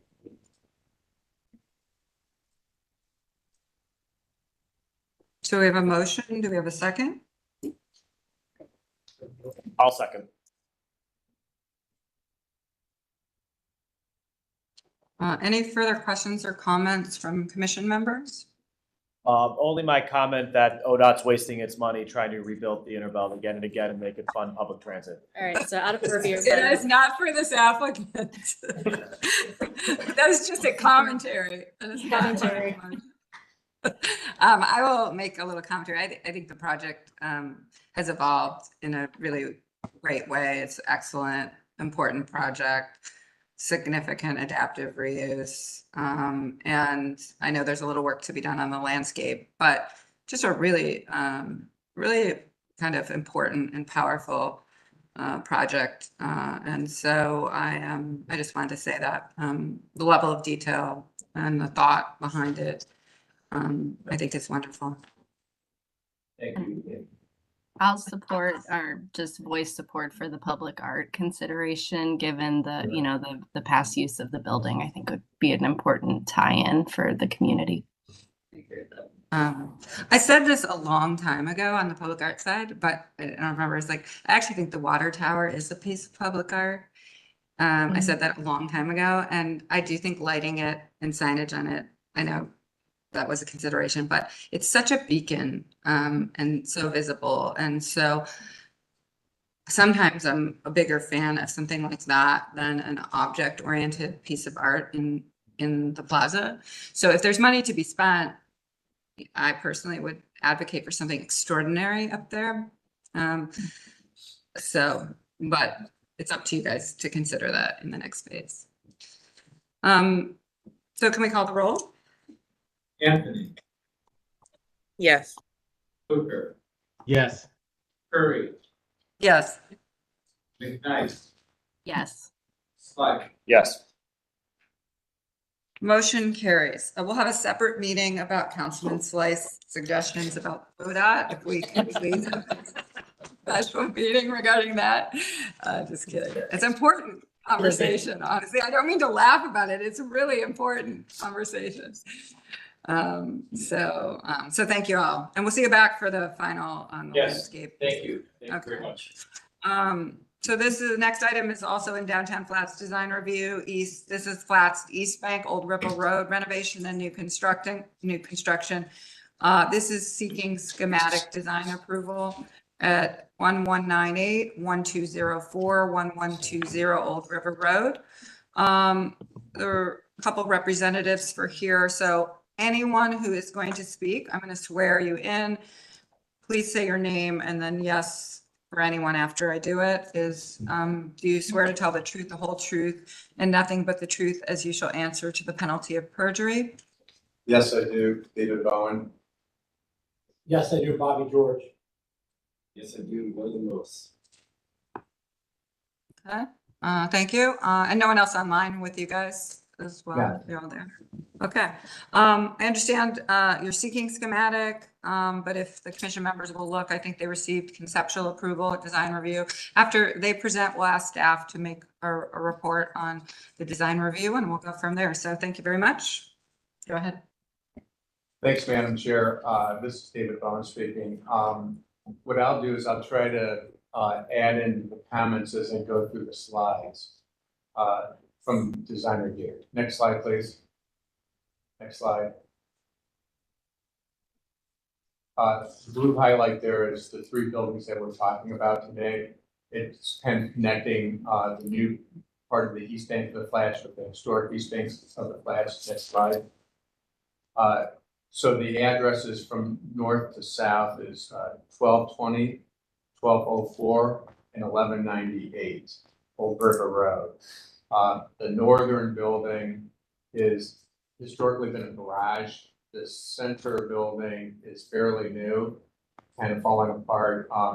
There's been 3 or 4 buildings on that site during the history.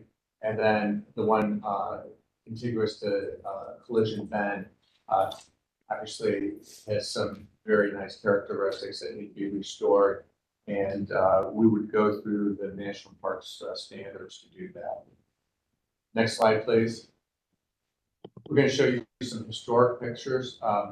You can see the taller building is the one that's the historic building. We have the first bank of that on the north, which is the south of our project. You can see what the back of all the buildings look like. So Collision Bend is obviously been altered in the back. Ours had a fire in the back, and what's back there is no longer relevant anymore. You can start seeing the first building that we found.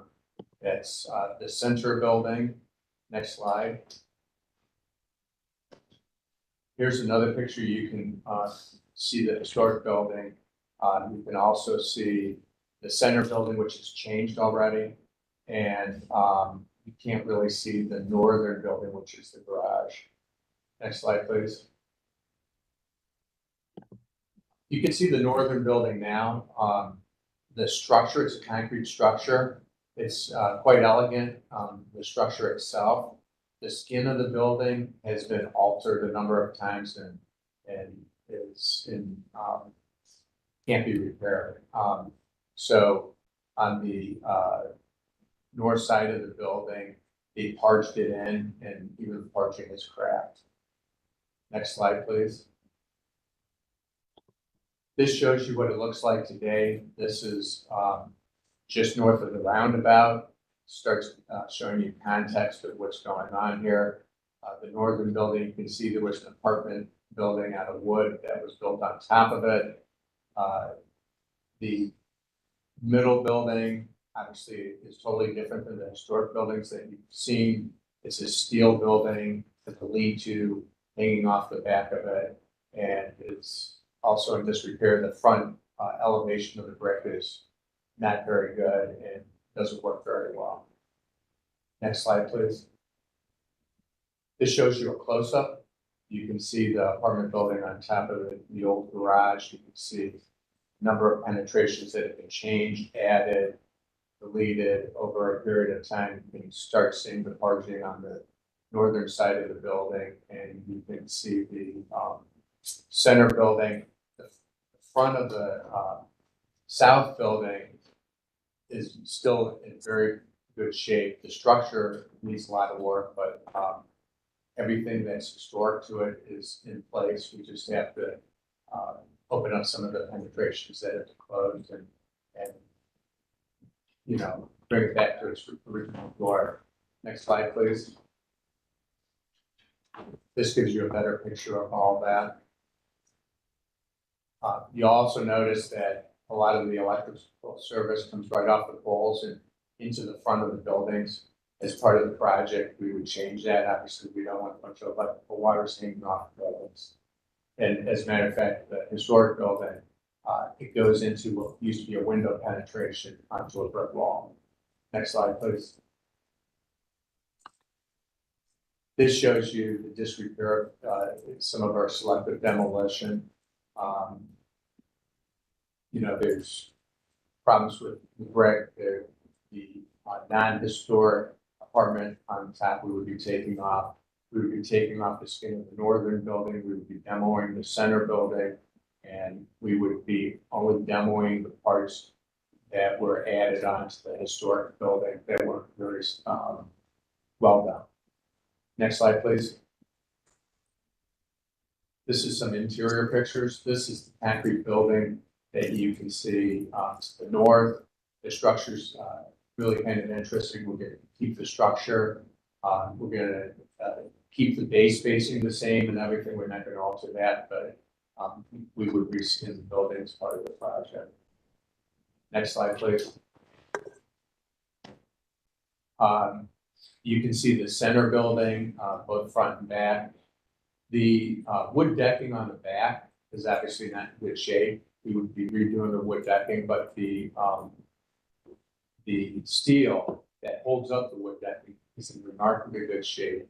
And underneath the wood decking is riprap like it is on the park property that the Holy Mountains runs on. So the riprap continues underneath this. Next slide, please.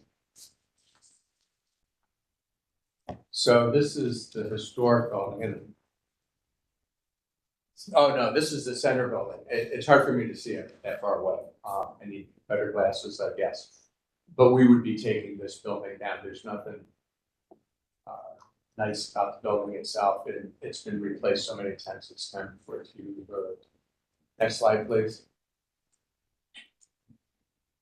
So this is the historic building. You can see the front of the building that we would bring back. And then the back of the building that's been altered quite a bit. And there was a fire in it. I think maybe the next slide shows the, some of the aspects of the fire. But the whole back of the building was removed and then just modern 2x4s and some vinyl siding, some punched openings. Very well done. But you can also see the brewery next door and how that had been altered from the original also. Next slide, please. This is the inside. It's hard to see, but there's cables kind of holding some of the structure together. Obviously, we have to redo that part of it. Our goal is, because of the back building being burned off, kind of dollhousing it, so we kind of engage the historic parts of the structure from the riverfront, see the history of the building itself. Next slide, please. So this is the site plan in context with the rest of the buildings around it. To the north would be a dining experience. To the center would be an outdoor dining experience, river garden, and then the historic building would also be another dining experience. But you would be able to pass through all of them very easily from either the inside or the outside. Next slide, please.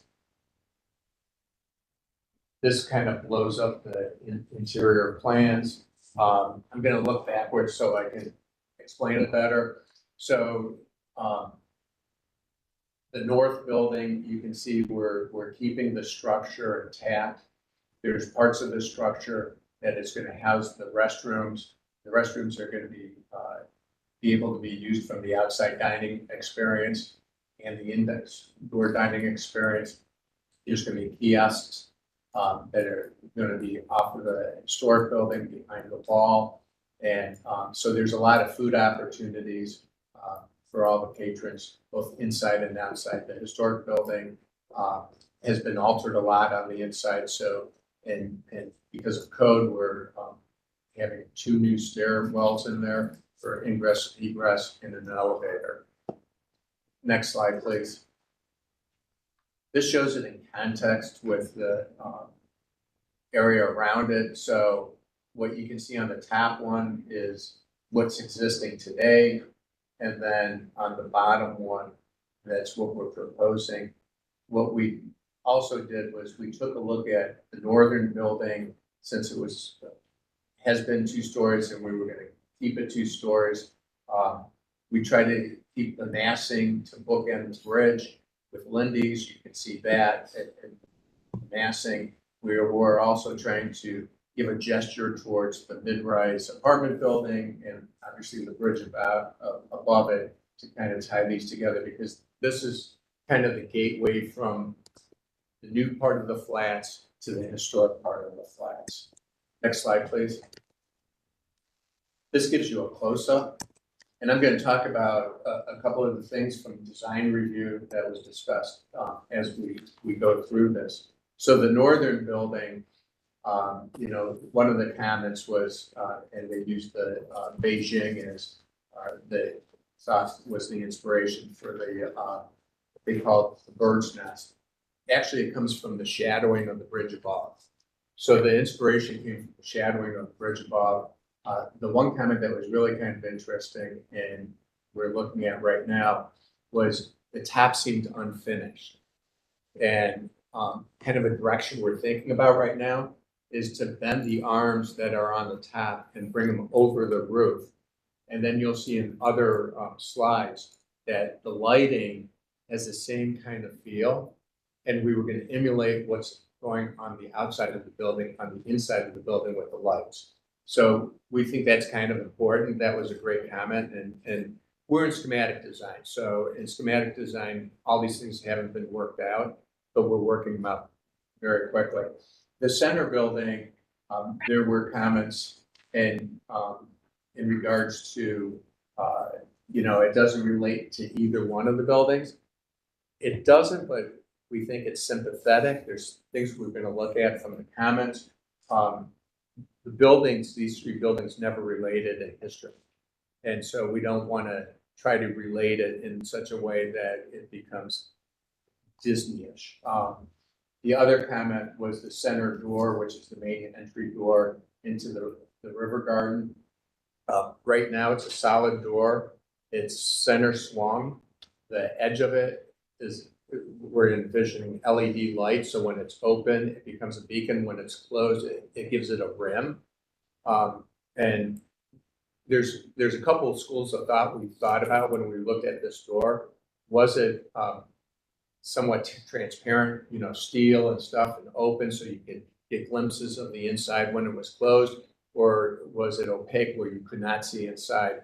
And there's a place in Palermo, Sicily, that it's a beautiful building, and the inside doors are glass because it's inside of the building, but the outside doors, when they're not open, are closed.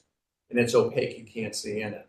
But when they're open, all of a sudden you can see into the space. And that was kind of our first inspiration. We're willing to go back because of the comments and see which is the best way to go. How does it fit better? What can we do? Because obviously we want this. There's nothing like this in the region. You have to go down to Miami, Florida to see something that has this kind of outdoor experience with the indoor experience. And we want that to be top shelf. And so as we go through the schematic design, finish up the schematic design into DD, we're going to research that. The other comment that they had was they thought the arch in the door was misplaced. The reason for the arch in the door was because it was totally different. It was totally special. And it was kind of to stand alone. And they thought the top of it was a little thin. We're going to look at all of that, how that door relates to the rest of the structure or the rest of the wall. Because obviously that's really a good thought. And we've gone back and forth on a couple of thoughts. So we like those comments and we're going to look at that a lot. The dining on the street side is actually in the property line. So the property line skews out. And so we're taking that property line and we're doing this kind of in an interesting way. We looked at actually doing something with the buildings that way, but we thought this would give you the kind of the relief of the sidewalk, but also give you this interesting dining experience. So you could have it on the riverside or you could have it on the street side. Because right now, and one of the comments in this whole thing was that, would we open up the back to elongate pedestrian use on the riverside? And right now, there's really no connection because the brewery has a wall up in between. There's a wall between, and there's no real walkway where Holy Moses is. And then the height of Lindy's is too high to have that use go that way. That's why there's ramping. But we're exploring all those, and probably had to walk out for a second. And he said, you know, we are interested in that, and Bobby owns the rest of the property on the west, or the east bank of the flats. So we are examining those things, but as of now and moving forward, it's part of the project. Doesn't mean it can't change later on down the road. I'm trying to think of something else that we brought up on this one. Oh, the other comment that they had was the roadway itself and the pedestrian experience. And Bobby had done some early work thinking about what should that street feel like right now? It feels forgotten in comparison to the new part of the east bank of the flats. And so It's blighted. It's a crime scene. yeah, so we are looking at that too, but as far as the project goes, we're staying within the project lines. And we are examining those things. Obviously, we would have to work with the city of Cleveland for any kind of roadway improvements, streetscape, and things like that. Next slide, please. So I'm going to take you up the levels. As you can see, it's a large amount of outdoor dining, and we think that's really, really important and kind of exciting and something that we're missing in Cleveland right on the riverfront. And it gives the boats an ability to come right up to the edge of the restaurant, be served right on their boats. Like it used to be on the east bank of the flats. I remember going down to the booze on my sailboat after a sailboat race and having something to eat and having a drink and being able to be served right from the restaurant into my boat. So the northern side or the left of the page is kind of I don't want to call it fine dining, but upscale dining. Bobby has a product that's out there right now that's very exciting, doing very well in Columbus that is being looked at. And then on the east side is more. It's a Mediterranean concept. You want to talk about that? No, I don't want to talk about too much. That's how it's for. But okay. The concept will be mixed between Mediterranean and Egypt.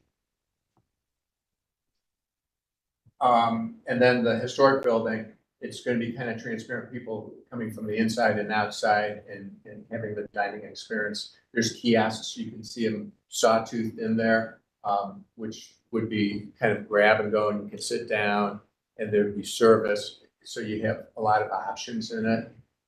There's existing penetrations in the historic building.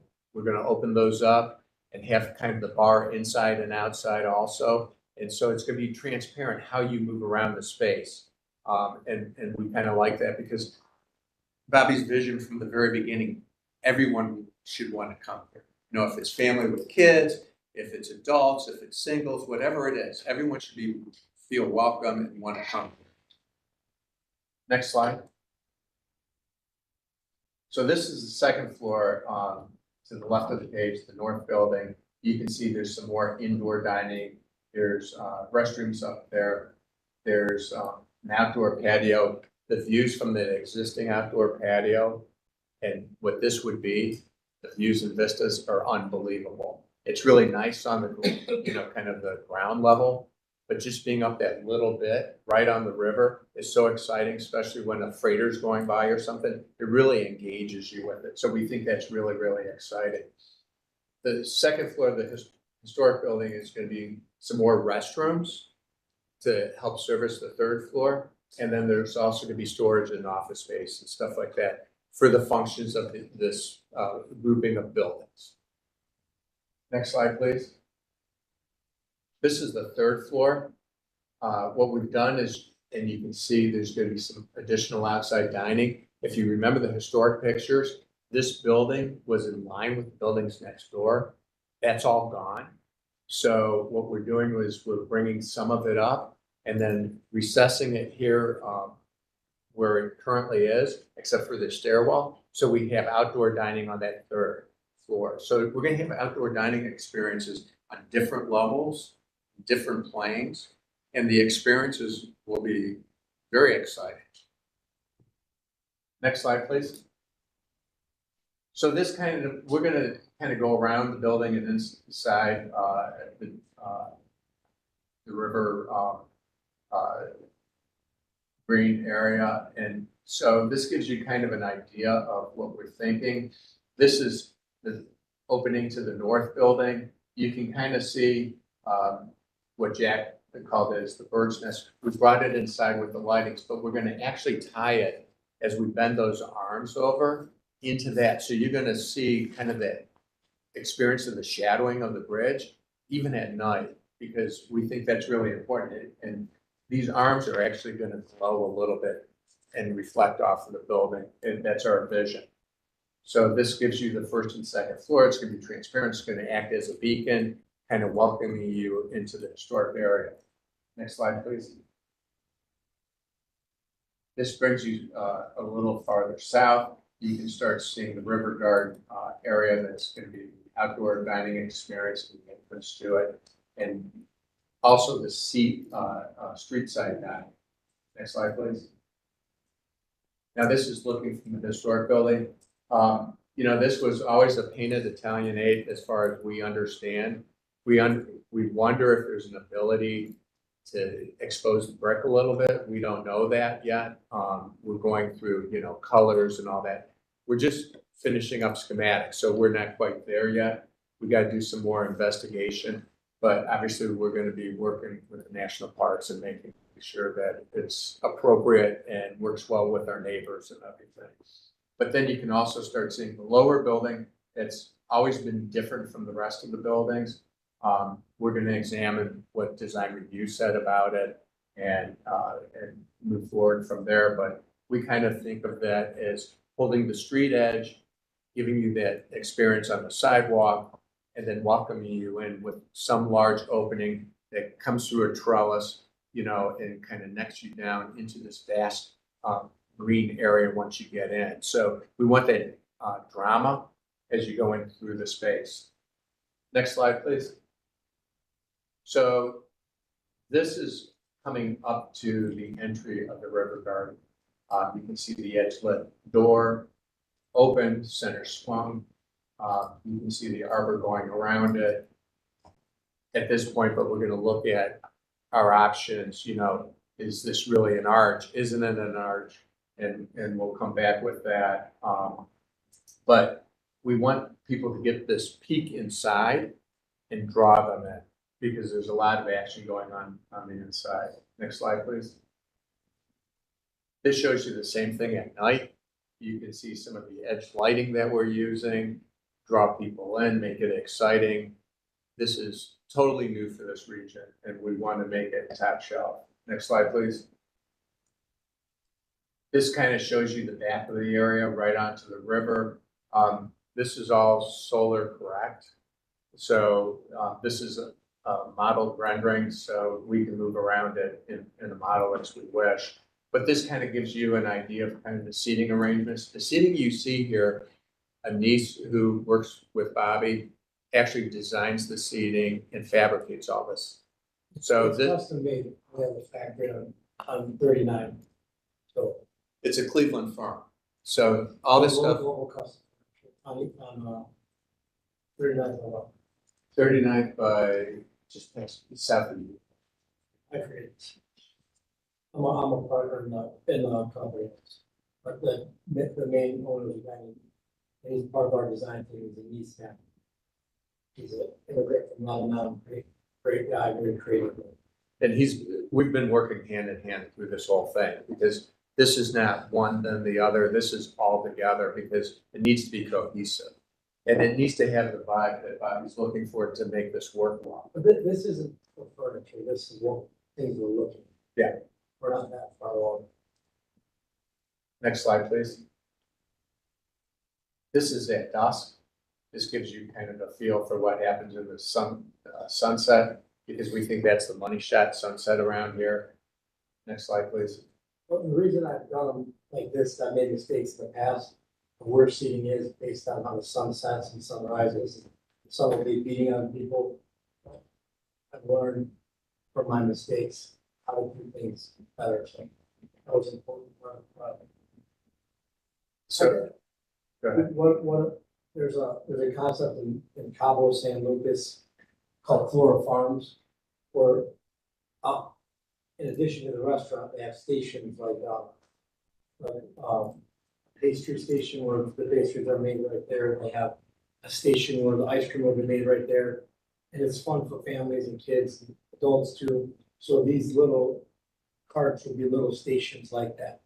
So dessert station, ice cream station, fresh cocktail station where it's fresh made around. So we're debating what station we're gonna have. I was inspired from a place called Flora Farms in Cabo San Lucas. Maybe. Next slide, please. This shows it at dusk. Next slide, please. These are the other kiosks. That's not a good, I don't like the way that looks. It's not gonna be those kinds. Those are just placeholder. It won't look that commercialized either, and it won't be any. Next slide, please. This shows it at dusk.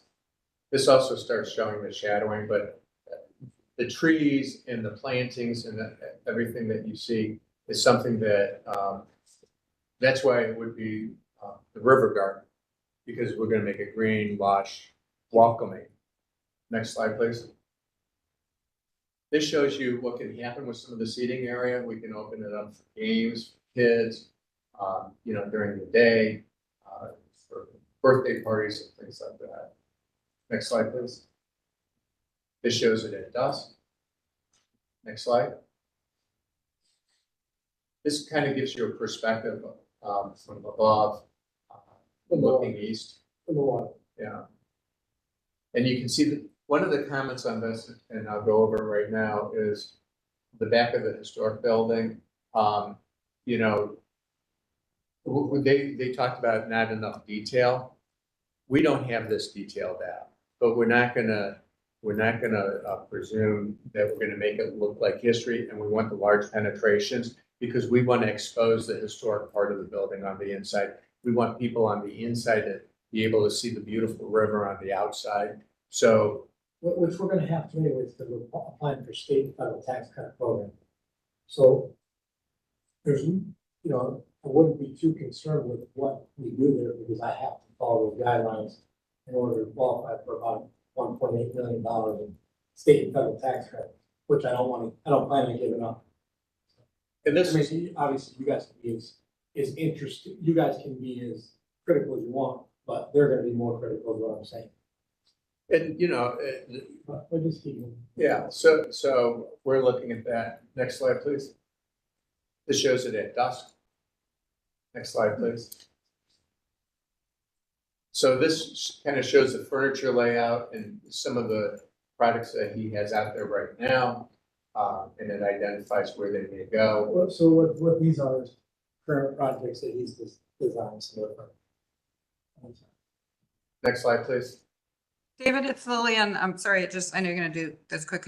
We just have a lot more items, so if you could go pretty Okay. quickly through. We'll make it quick. I think Okay. you're done. So these are the perennials and the trees and everything. Next slide, please. That's it. How's that? That's it. Thank you. Sorry for that. So before we jump in for comments, and I'll let public comments or other partners who want to speak, I'm going to ask staff first, the director, for any comments, or also let us know from the staff perspective, the distinction between conceptual and schematic and the recommendation from staff. Dan will represent this. Yeah, thank you, Madam Chair and committee members. I guess I just wanted to first start and mention before I jump in that we did a lot of community engagement over the last year looking at waterfront development, specifically at the lakefront. But the key thing or the number one request that we heard was a desire for waterfront dining, and that we're severely lacking that in the city now. So I guess there's a lot of interest from planning and seeing projects like this come to fruition. We definitely would hope that these various price points that you've described would come into fruition too, just noting that our community, has that variety of price points as well. The committee yesterday reviewed the application. They did want to send some commendation for just the high quality of design that was presented here. But they did seek conceptual approval as opposed to schematic for a variety of reasons. I think the biggest reason is just how important this project is to the flats and the city, the downtown area as a whole. It's transformative. We've seen this sort of renaissance to the Flats East Bank in the last few years. This will continue that, and I think there's just a lot of interest in making sure that we get it right and that the design really comes through in its high quality. And I think the applicant shares that idea. Some of the conditions that were discussed were reviewing public access connectivity along the riverfront to some of the adjoining properties, both in the short term and long term as more of these properties develop over time.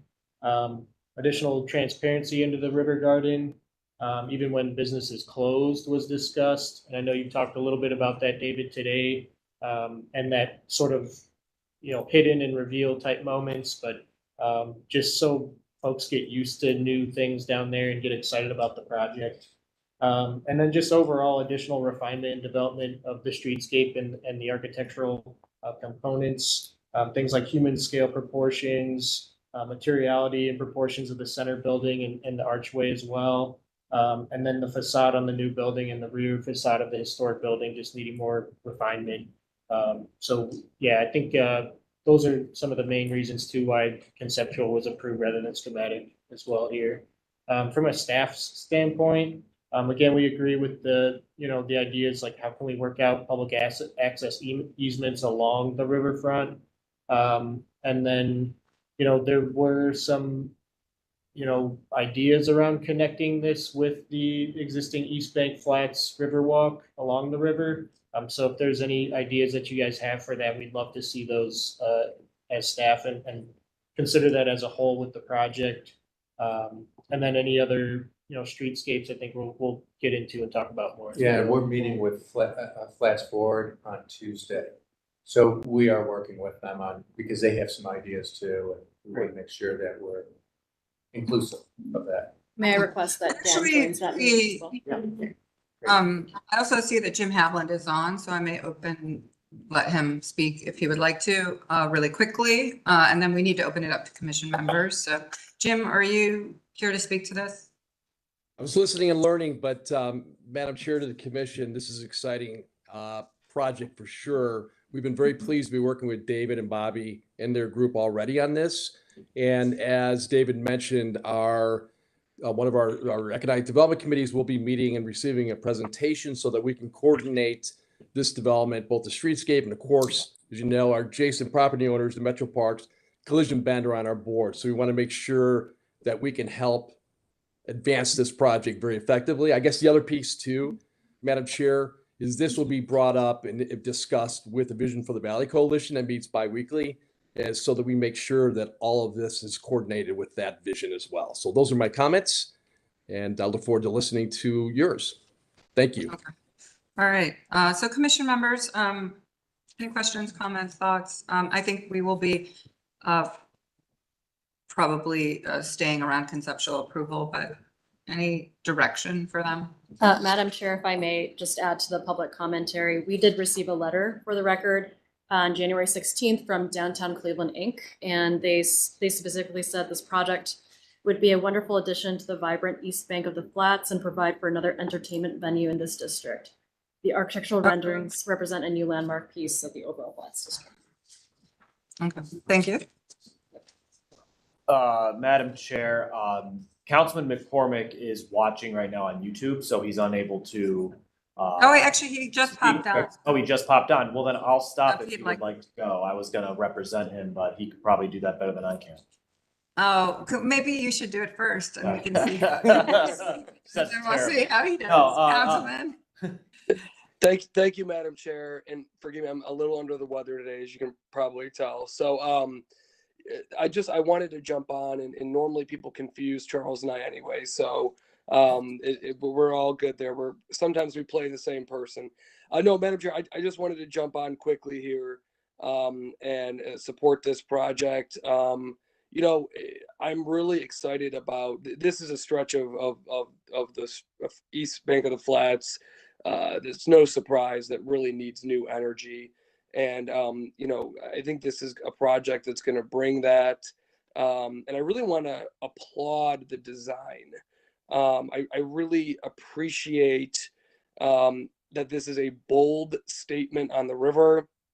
It is a beautiful design, and it's really appealing and activating. So I did want to bring that up because, you know, sometimes we go for the box or something that someone else has done, or we try to align too much, quite frankly, with the historic context. And, you know, Madam Chair, I'll reflect on buildings that I've seen in Madrid and other places that, you know, extend off of a historic building, but do it in a way that is striking, right? Doesn't take away from the historic building, but draws a beautiful contrast. And I think that this project does that. So appreciate the feedback from the design committees, conversations around public access and things like that. I would support those as well. But really, this project seems like it will add a lot of vibrancy to the riverfront, as well as a really strikingly exciting, unique design that I think will draw people into the area. So thank you. Thank you, Councilman.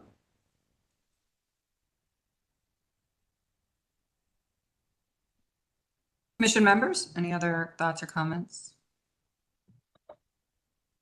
Yeah, Madam Chair, I'll say, you know, really fun design to see. I guess I'm curious about, and apologies if I missed this, if this is going to be considered a year-round space, that outdoor garden, you know, how you see that functioning in the wintertime. Just curious about that, as well as, you know, there's a lot of greenery here, a lot of tables nestled within grass. I want to make sure you're planning on using, you know, real grass materials. And yeah, those would be my two concerns and questions. It's a good question. Bobby George speaking. So the outdoor space, I don't know if I'll use it year round. I am considering it, you know, creating some type of winter wonderland. I just got to find a way to make sure I can do it profitably and safe. The other spaces, the indoor spaces, we will definitely use year round. If we don't do the outdoor space year round, I will decorate it really beautifully with Christmas lights as I do my place in Mandrake. And it will look very aesthetically pleasing, and it will look awesome. And because you're going to be able to see it from the restaurants, my other restaurants that are indoor. So I will make it look awesome. In terms of the greenery, most of it will be real. What can be real, obviously. And what we do is we have warehouses downtown that will move stuff to, all the furniture, which I do at all my outdoor patios when the season ends. And then I move it back in.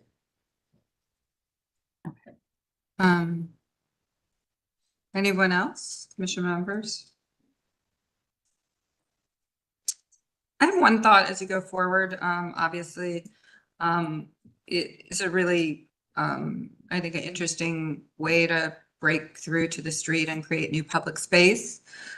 I think, you know, the idea that that this might be a huge opportunity. It's privately owned public space in some ways, which is not uncommon in cities across America. If you think about Boston and Quincy Market, it's truly privately owned public space, which is okay. Lots of Sixth Avenue in New York City is the same. It's public space, but it's privately owned. And so I think as you go forward from conceptual and you meet with Flatsys Bank and Metro Parks and city and everyone else, is to just really think about operationally how, even though this is private, how it becomes part of the public, I call it the kind of new public access that we want to see across the entire lakefront, riverfront, et cetera, even as Bedrock goes forward and others. The idea that the entire riverfront feels both exceptional and accessible. So, so I think there are some possibilities for how that operationally works.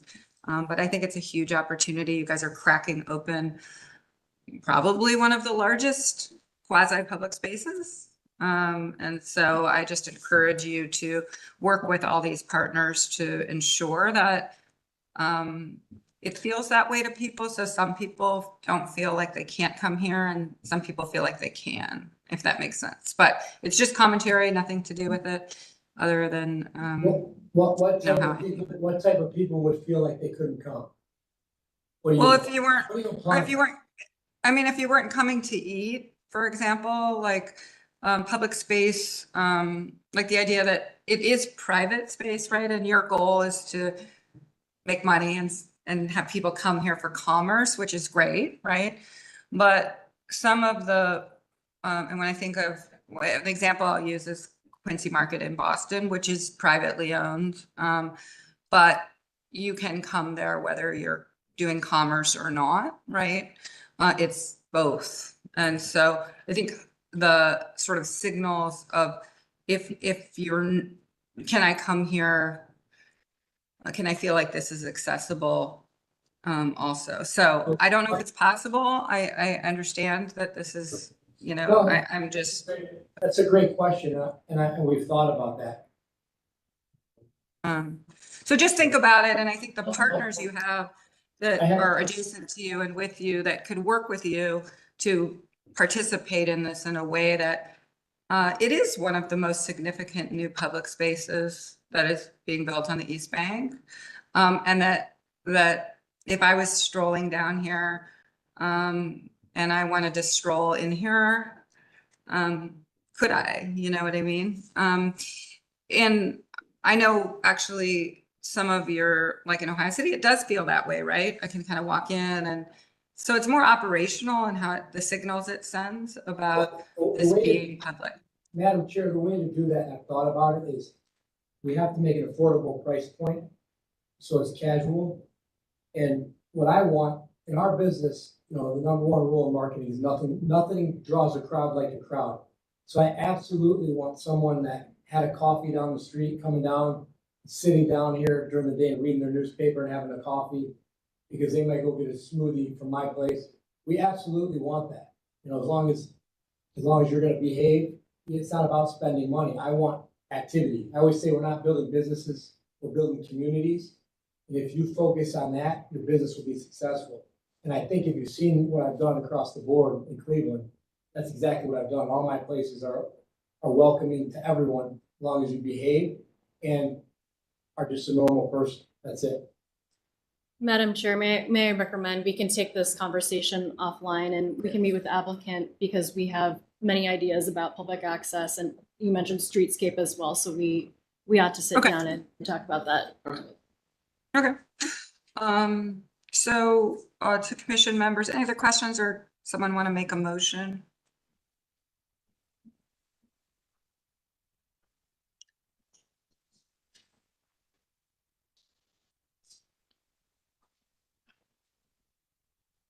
I can't make a motion. Yeah, Yeah. I will move approval for a conceptual design, which I believe is what the chairwoman had wanted.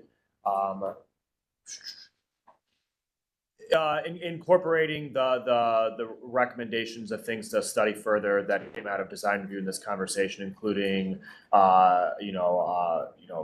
how to help it enhance the goal of this being a quasi-public realm, riverfront access, and the like. Thank you. We have a motion. Do we have a second? Second. We have a motion and a second. Can we call the roll? Anthony, Yes. Luker, Yes. Curry, Yes. McKnight, Yes. Slice. Yes. Motion carries. We can see you back soon as you're ready to kind of come back. I know you're going to work with staff and Flats Forward, but as soon as you're ready to come back, we're welcome to have you. It's a big, important project for the city. So thank you very much. Thank you, Madam Chair. It'll be quick. We'll work with Dan Okay. and get back on it. Okay. Thank you. So we have some mandatory of referrals. If we could go through these. First one is ordinance number 28-2024. Authorizing the Director of Community Development to accept the donation of real property at 15610 Waterloo Road from Northeast Shores Development Corporation to be used for public parking. So I assume someone's here for the city to present this. Yes, this is Cassie Slansky. I'm with the Mayor's Office of Capital Projects in the Division of Real Estate.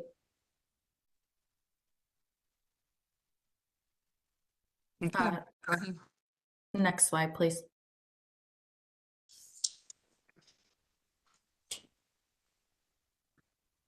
I had a presentation, but it's not showing up on my screen. Okay.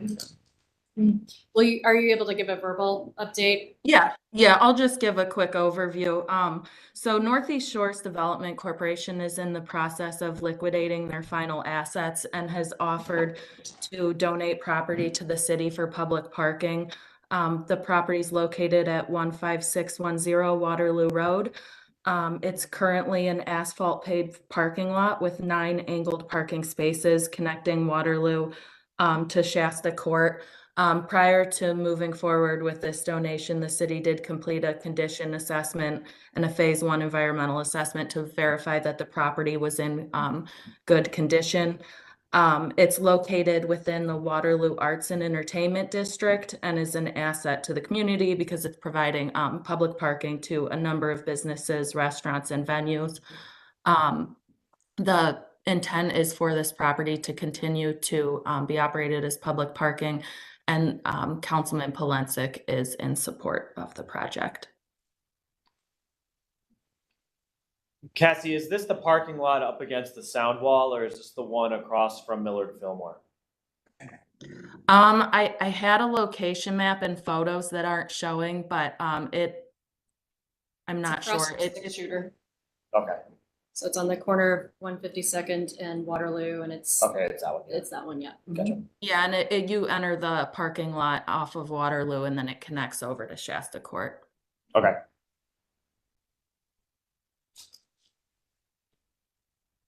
Madam Chair, I move to approve said transfer of property as delineated in the presentation.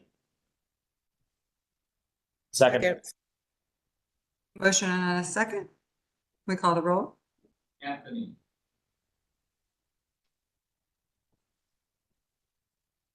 Anthony? Sorry about that. My mute wasn't coming off. Yes. Luker, Yes. Curry, Yes. McKnight, Yes. Light. Yes. Motion carries. Thank you. Next item is, right, there's one more. Ordinance number 382024. This is establishing the Corda Shore TIF district, declaring improvements to certain parcels of real property within that district to be a public purpose and exemption from taxation. I'm not going to read the rest of this because I know that staff is here to describe to us in full. Is Joyce, who is here to present this? Chief Epstein is here, and we had sent these mandatory referral presentations to be integrated into the PowerPoint. I'm going to send the PowerPoint to Xavier right now so he can show it. This is a very substantial and significant policy. Yep. I would like to really make sure that we have the. I also have the presentation, and if I can share a screen, I could just toss it up myself here. Sorry, Chief, we don't allow that for various purposes. Why don't we just, since this is the last one, you send it to them, and let's do the administrative approvals, which will take 1 second while we get it up. So if you'll go on to the administrative approvals, if we can scroll through these quickly. First one is a map setback on 65th Street. Second one is arts funding projects. Next one. Changing the name. Next one. And that's it. So can we have a motion on the administrative approvals? Motion to approve. Second. Motion and a second. Call the roll. Anthony, Yes. Luker, Yes. Curry, Yes. McKnight, Yes. Fine. Yes. Motion carries. Do you have it, or do you want us to go to the next item? What's It the is. next item? Is it public art? It is public art. Want us to do that one quickly? Yes. Okay, so next item is we're gonna see again the Lone Sailor Monument Plaza. This isn't gonna be so short, so are you sure? Seeking final approval, Buena Beach Park. Jody from AECom and others, I'm gonna swear you in. Do you swear to tell the truth, the whole truth, and nothing but the truth, as you shall answer to the penalty of perjury? I do. We're having people, Okay. someone people online, we're having people see us. And Jody, since we saw this and we know like, just 2 weeks ago, and we were really focused on the placement of the wall and the vision, you don't need to do the full presentation, just take us through how you resolve those issues. Okay, sure. Want to skip to, I believe, the third slide? Am I doing it myself or you? Put it right there. It's clap activated. So don't do that. There you go. All right, so the northwest corner in the pink is our new space. Existing trees still to remain. Sculptures still located directly in line with the obelisk to the southeast. Our space now, we were given guidance and from your feedback to split the wall in two, which we have done with the main objective of keeping an unobstructed view to the water.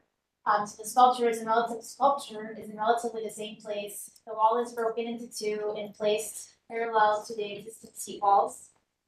We were mindful of the placement of those. We wanted to maintain the integrity of the seat wall as well as the existing health of the existing trees. So we are about 6 feet from the face of the wall to the back of the wall itself, the seat wall to the new wall.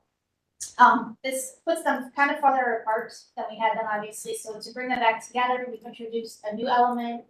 As I mentioned previously, we have the ability to use some of the materials from the Soldier and Sailors Memorial.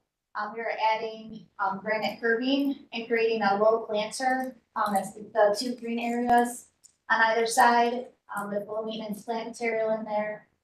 We can place benches in front of that to accommodate additional seating. And then based off of design review board's feedback of having an indication of the sculpture facing north, we've changed the banding. The paving area is substantially bigger too to accommodate the new layout. The banding, it breaks up the quadrants and defines north, and then also redefines the existing grid of the pavement that's there now. We've introduced one additional paving material. So we have a medium gray, a dark gray, and a light gray, medium gray, dark gray accentuating the sculpture itself. The sculpture placement still accommodates the USS Cleveland Legacy Foundation's desire to be able to have gathering space for ceremonies around the base of the sculpture while they're facing him, and have the skyline in the background. So all those goals are still achieved with this new layout. Wow, it's excellent. It's really so thank you. I hope you guys feel from applications. So we got to give directors or Charles, Councilman Slice all the credit in the world for this, because it really is extraordinary, actually. So I hope you guys feel the same way from the applicant's point of view. We do. It achieves all their goals and keeps the well open to the water as well. So Charles, you get the Design Review Award of the Year. I think they get the award for dealing with me. So. And now really it's like a pinnacle. Actually, you turned something that was somehow, the word I'll use is you turned it into like a pinnacle moment, which is kind of extraordinary. So I would agree, Madam Chair. I think what this offers is people to be more pensive and reflective without crowding the view that we're trying to create. Or that exists. We're not creating the view, it exists. So I think that's a good thing. My apologies, it's a mind of its own. No, it's fine. All right. Charles, you should make the motion. Motion did no. I will make a move to approve as presented and then thank them for their cooperation with me. and us. Second. Truly A welcome. motion and a second. Call the roll. Anthony, Yes. Fluker, Yes. Curry, Yes. McKnight, Yes. Swett. Yes. Thank you so much to the applicant. Thank So you so excited. much. Okay. See, that was easy. Yeah, wow. So let's go back to, I probably need to read the thing again, or just the beginning. So this is the mandatory referral, shore to core to shore, TIF district. That's enough. Go ahead. Jeff, welcome. Thanks. Good morning, everyone. I think it's still morning. Here to present on the Shore to Core TIF district. This is a big plan that the administration is putting forth to advance a lot of our collective goals. If you go to the next slide, please. And this is part of a broader vision, and I want to stress one piece of the kind of the broader overall economic and community development goal. But you know, as I look at different pieces of goals of what we're trying to accomplish here, you know, improving quality of life both for our existing residents and businesses and visitors, and attracting more. We've got a number of different initiatives that we're working through along this. And I think this piece of creating a two waterfront city is a piece of it. Driving economic development for the city and region. I think you've seen the site readiness for good jobs fund and some of the investments that have come to the southeast side. But this idea of leveraging funds to grow and strengthen our downtown and our region, you know, investing in neighborhoods, big investments across the city on multimodal. I think the nature of the improvements that we're talking about downtown along the waterfronts are really going to enhance our multimodal access, and then creating equitable access to green space across the city, both through the investments that this plan will trigger downtown, but also across the city. So if you go to the next slide, the big vision here that we're working towards is realizing the dream of being a two waterfront city, activating and connecting our lakefront and our riverfront. And I think as I think about our city and our downtown, you know, the lake is really, and the river are really adjacent to downtown, but they're not part of downtown. And I think we're successful in what we're undertaking here. And this is what I'm going to talk about today is the TIF district as a tool to help achieve this is you know, creating that access, creating the development, weaving them into the core of downtown, and strengthening and making critical investments to the core of our downtown that will help us recover from COVID, bring people back to work, strengthen the market, and overall benefit the city. Next slide, please.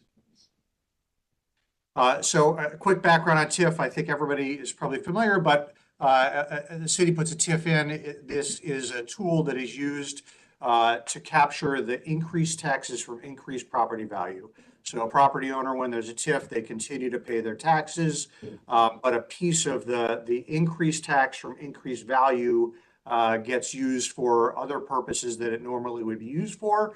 It can be directed either by the city for a public investment, but it's all new money. You go to the next slide, please. This is kind of another way of looking at it. The continuing existing tax that is paid continues to go where it goes and where it has gone, but we take that incremental value, and then at the end of the TIF period, all of the taxes, new and old, go to the taxing jurisdictions. Happy to get into that in any more detail. Next slide, please. Historically, we have used TIFs for a single project. A hotel comes in, want to build a hotel in the city. We have a hole in our capital stack. Can we use some of the future tax that we're going to create by building a hotel to fill that hole in our gap? And we do the TIF, and those 41 TIFs that under state law we can use for private projects. It's a one-off. The difference in what we're proposing here is one, rather than a single project, we're talking about capturing the natural property value growth across a broad geographic swath, most of our downtown, rather than a single project. We're also talking about benefiting multiple public infrastructure projects rather than a single project. And third, this will be a remote TIF, so the proceeds that are generated within this TIF district can be used anywhere in the city and the way the legislation is crafted. Next slide, please. The other change in terms of how TIFs normally are on a project TIF for that hotel, we can dedicate the TIF proceeds to go into a private developer, a private project.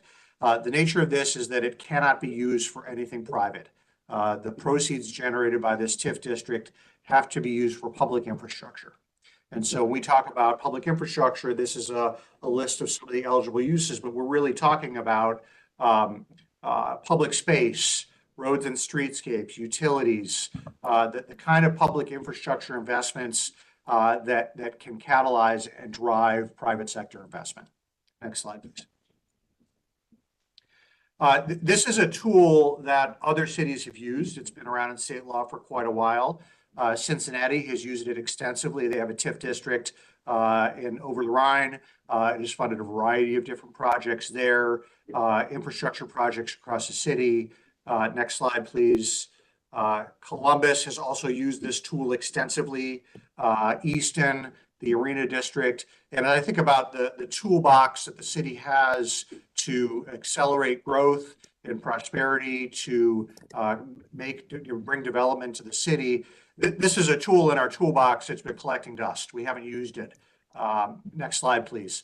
And I think this is really the opportunity now for us to take that tool out and use it. And as we think broadly about how this is going to benefit residents and how it's going to benefit the city, we are going to create this incredible network of public parks connected to our waterfronts. The large park that you'll be seeing in a few weeks that James Corner Field Operations and Director Huang have been working on north of the stadium downtown. I think 14 acres of public parks and a public river walk along the Cuyahoga River is part of the Bedrock Project. These are the kind of things that are going to really benefit everyone. I also mentioned earlier, our downtown and downtowns across the country are struggling post-COVID. We need to make the kind of investments now that will ensure that we can continue to grow, create accessible jobs. Downtown right now accounts for about 35% of the general fund of the city. And these are the kind of investments that we think is going to help strengthen that and grow. We also expect, and I'll talk in a little bit about how public improvements help spur private investment and bring more housing, safer streets, and other things to the city. Next slide, please. So as we think about the proceeds that will be generated from this TIF district, we think about it in three buckets. The first is to pay for the public infrastructure that will enable huge amounts of private investment along our lake and river. So we're talking here about the land bridge, the changes to the shoreway, the public space north of the stadium, the infrastructure, public parks, utilities, streets along the riverfront. We know, and as we look at history across the city, when there are big public infrastructure investments, it drives private investment. Euclid Corridor, I think, is a great example of this. And I joked the other day, I wouldn't be here, Director Huang wouldn't be here without that Euclid Corridor investment and the subsequent opportunity to bring massive amounts of private investment along the corridor. The second piece is to take the Park and Rec master plan that our capital projects office is working on right now and take some of the money that is generated here to seed implementation of that Park and Rec master plan across the city. And the third is to invest in the core of our city. So thinking about bike lanes, lighting, sidewalks, public spaces to strengthen and connect downtown. So this is a framework that we're working within in terms of how we're thinking about this. Next slide, please. And again, I think the idea here is juice and grow value in the core of our city by making these public investments and bringing in more private investment. Use some of that growth to make sure we get the growth downtown. So investing against that future growth in our downtown and doing that sufficient that we can take a piece of it and spread it citywide. Next slide, please. So why now? I think there are a couple of things. One, we have been lacking, despite all the development we've seen in private investment. Urban Institute data shows that we rank close to last out of 100 large U.S. cities in terms of private investment over the last decade. And I think in that time, as we've looked at Columbus, Cincinnati, and Detroit, in many ways, these cities have passed us by in terms of the pace of growth and investment in those cities. We need to make some steps here. We have to make these steps to achieve growth, to achieve prosperity. We're heading into a down market, and we believe that now is the time to make some of these public infrastructure investments to grow our tax base in the future. Next slide, please. So this is the geography of the Shore to Core to Shore TIF district. It stretches from the lakefront on the north to the inner belt on the east, to the river to the south, and dips a little bit into Ohio City on the west. The choice of this geography, I think, really is driven by the idea of what are the shore and core to shore we're talking about here. We're talking about the downtown lakefront. We're talking about the downtown riverfront and the core of downtown in between, and leveraging tax dollars in this area to help invest. This accounts for about 18% of the assessed property value in the city, about 3.5% of the countywide assessed property value. So not surprising, it's a pretty good chunk. This is our central business district of the downtown value. It's still relatively small countywide. The blue areas that you see here are existing TIFs.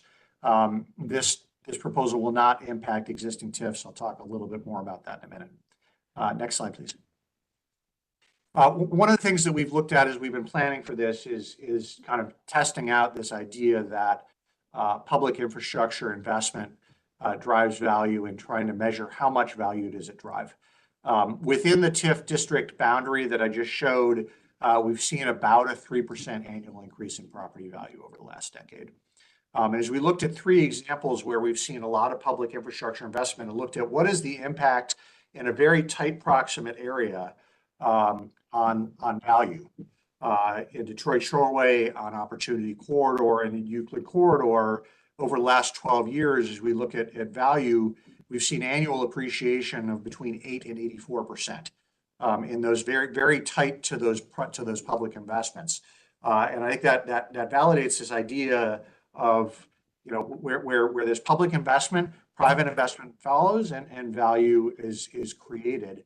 And what we're really looking to do here is to take that value that's going to assume that value is going to get created, borrow against it, and create the value. So as we look at what is this going to create across the TIF district, we've been looking at these comps, and I think we've said, at a minimum, we ought to see a 3.5% annual property value growth within the district based on the investments that we make. And on a high end, we're looking at 5.5%. Certainly, we hope that we're more successful than that, and the examples that I show below suggest that it could be even greater. And really, nobody exactly knows. But in terms of people saying, what is this going to be worth? If you go to the next slide, that is next slide, please. That is the range that we're looking at. So if within the TIF district, property value grows at 3.5% annually for the next 42 years, and I'll come back to 42 years in a minute, it will generate a net over that entire time of $3.3 billion. If it grows at 5.5%, it'll generate a total over 42 years of $7.5 billion. Now, obviously, that money is not all there today to spend. If you did a net present value on that, it's somewhere between $750 million and $1.5 billion. But that's the range that we're talking about here. The 42 years is 30 years of the TIF district. And if you recall, we extended a few TIFs at the end of last year in the downtown area and across the city, and we're looking at those downtown TIFs. The first 30 years doesn't expire for another decade. And so we're taking that back 12 years. The 42 years is the extensions. And so we're going to watch very carefully to see what happens with value. But the idea is, if you go to the next slide, that knowing that we have this stream of revenue coming from the TIF district, it enables us to obtain some financing today to make those public infrastructure investments. And that can happen in a number of different ways. We've been working with a bonding agency to map out, based on the cash flow, the potential cash flows out of these TIF proceeds, a series of bond issuances that the city or the port or other entities could issue for us to make public infrastructure improvements. We also are looking at a variety of low interest, long-term flexible federal funding opportunities, and I'll talk about those in a moment in the next slide. But really, the funding that will be generated through this TIF district are the table stakes for us to be able to go to the state, go to the feds, and attract more money. This is the local match that will enable us to unlock a ton of money. And if we think about this formula, this is the formula the Metroparks have been using for many years to build their project. This is a formula that works. We've got our skin in the game to go and bring in more money. Go to the next slide, please. One of the opportunities that we're looking at is a federal program called TIFIA, which is a transit and transit-oriented development loan program from the Department of Transportation. Kansas City, which I think of as a peer city, recently got a $15 billion loan commitment from the federal government for a variety of transit and transit-oriented development projects. And while that may or may not be the range we're able to secure here, there is federal money out there. And this is a critical tool. This is the table stakes for us to be able to go and lock down this money to achieve this vision of shore to core to shore. Next slide, please. The TIF district, in terms of other taxing entities and what impact this is going to have. First of all, and this, I don't know if the slide is next, this is going to be a non-school TIF. So that the schools will continue to receive whatever increase in value is coming. And if we achieve a 5.5% annual property value growth downtown in the district, it will be a major, major boon for the school district in terms of additional revenue. Other taxing entities will continue to receive the current taxes that they receive. There will be nothing that comes out of pocket based on the current taxes they receive. And our belief is that the investments that we're going to make and the subsequent private investments are going to drive substantial growth in other tax benefits and other benefits for the region that ultimately are going to benefit all these other taxing jurisdictions. We've got a quote here from Director Thomas at the library. We've had conversations with the Metroparks and other taxing jurisdictions here. This is going to, we have to create growth. We're all fighting over the same pool of declining tax revenue and increasing costs, and that's managing decline. This is a bet and an investment in growth in a way that we think we can do it equitably for the region. Next slide, please. Here's the school slide. So we'll be non-school again for the TIF, which is what we've done historically with schools. Next slide, please. So a couple of things in terms of what this legislation does and does not do. I mentioned earlier, it does not impact any existing TIFs. So anyone who has a TIF downtown or in this district will continue under whatever arrangement they had previously. It doesn't raise taxes. It does not prohibit us from later saying there's a project within the district that needs a project TIF, and we can take it out of the TIF district and create a separate TIF. It also does not allocate any future revenue or spend any money. This is just creating the district. It will not cost anyone money out of pocket. And I think the important piece here from a city's perspective is we can now leverage all these public infrastructure investments to create growth without relying on the general fund. It does not send money to private developers. It cannot, based on the nature of the TIF.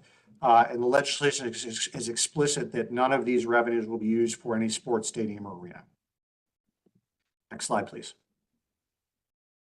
What it does do, creates the district, defines the geography, sets the base value in that district, and enables us to come back to our council when we're ready to bond proceeds or spend TIF proceeds. Next slide, please. So what we're working on right now are continuing to work through lakefront planning. We anticipate bringing project TIF legislation for the first phase of the Bedrock project in later this spring, as well as the money for public investments out of the TIF district for that. We're continuing to meet with the U.S. Department of Transportation and other federal agencies about federal funding opportunities to match. Working on our Park and Rec strategic plan and starting to plan for potential bond issuances out of the TIF district proceeds. Next slide. That's it. Did I take any questions? Thank you, Jeff. Commission members? Mr. Epstein, thank you. I've been a proponent of finding new tools for using things that exist, and I think this is going to be great for our neighborhoods, because then you begin to start that connective tissue that's possible. Then hopefully we start layering new tools and initiatives and strategies with our CDCs and with everything else. So that all sort of feeds off of that, right? I applaud the administration. I applaud you guys. So thank you. Thanks, August. Madam Chair. Go ahead. Erica? Madam Chair, Chief Epstein, thank you so much for the presentation. Apologies if I missed this. Can you help me understand to what extent community involvement is part of the creation of a TIF district, and what, if any, part of what has happened to date has included community input, please? Yeah, good question, Erica. So legally, community involvement is not required to create a district. And essentially, for the stakeholders in an area that has created a TIF district, there's no impact. They will continue to pay taxes as they were and not notice any difference. I think the community involvement in this is going to come and has come in the planning for the investments that we're anticipating. So we've had extensive community involvement around lakefront and lakefront planning. We have had community engagement. We'll continue to have community engagement over the riverfront work. We're going to be working with downtown Cleveland and other downtown stakeholders on some of the improvements and investments in the core to make sure that those are responsive. As we look to spend some of these proceeds on Parks and Rec, there's been an extensive community engagement process around that process. So I think in shaping and defining the public infrastructure investments that we made, that's where really the community engagement comes. Thank you, Chief. And this is a general comment for my fellow commissioners and for folks here in the city. I think moments like this is why it's really important to have communications and explainers, right? Because I think there's a lot of commentary that happens outside of formal channels that can sometimes confuse or paint a picture for how a process, legally is mandated to take place. So that's just not, specific to this particular project in your presentation, Jeff. But I think it's important from a space of transparency to the community. There's a lot of things that are happening at, rapid speed, positive things that are happening out of the city.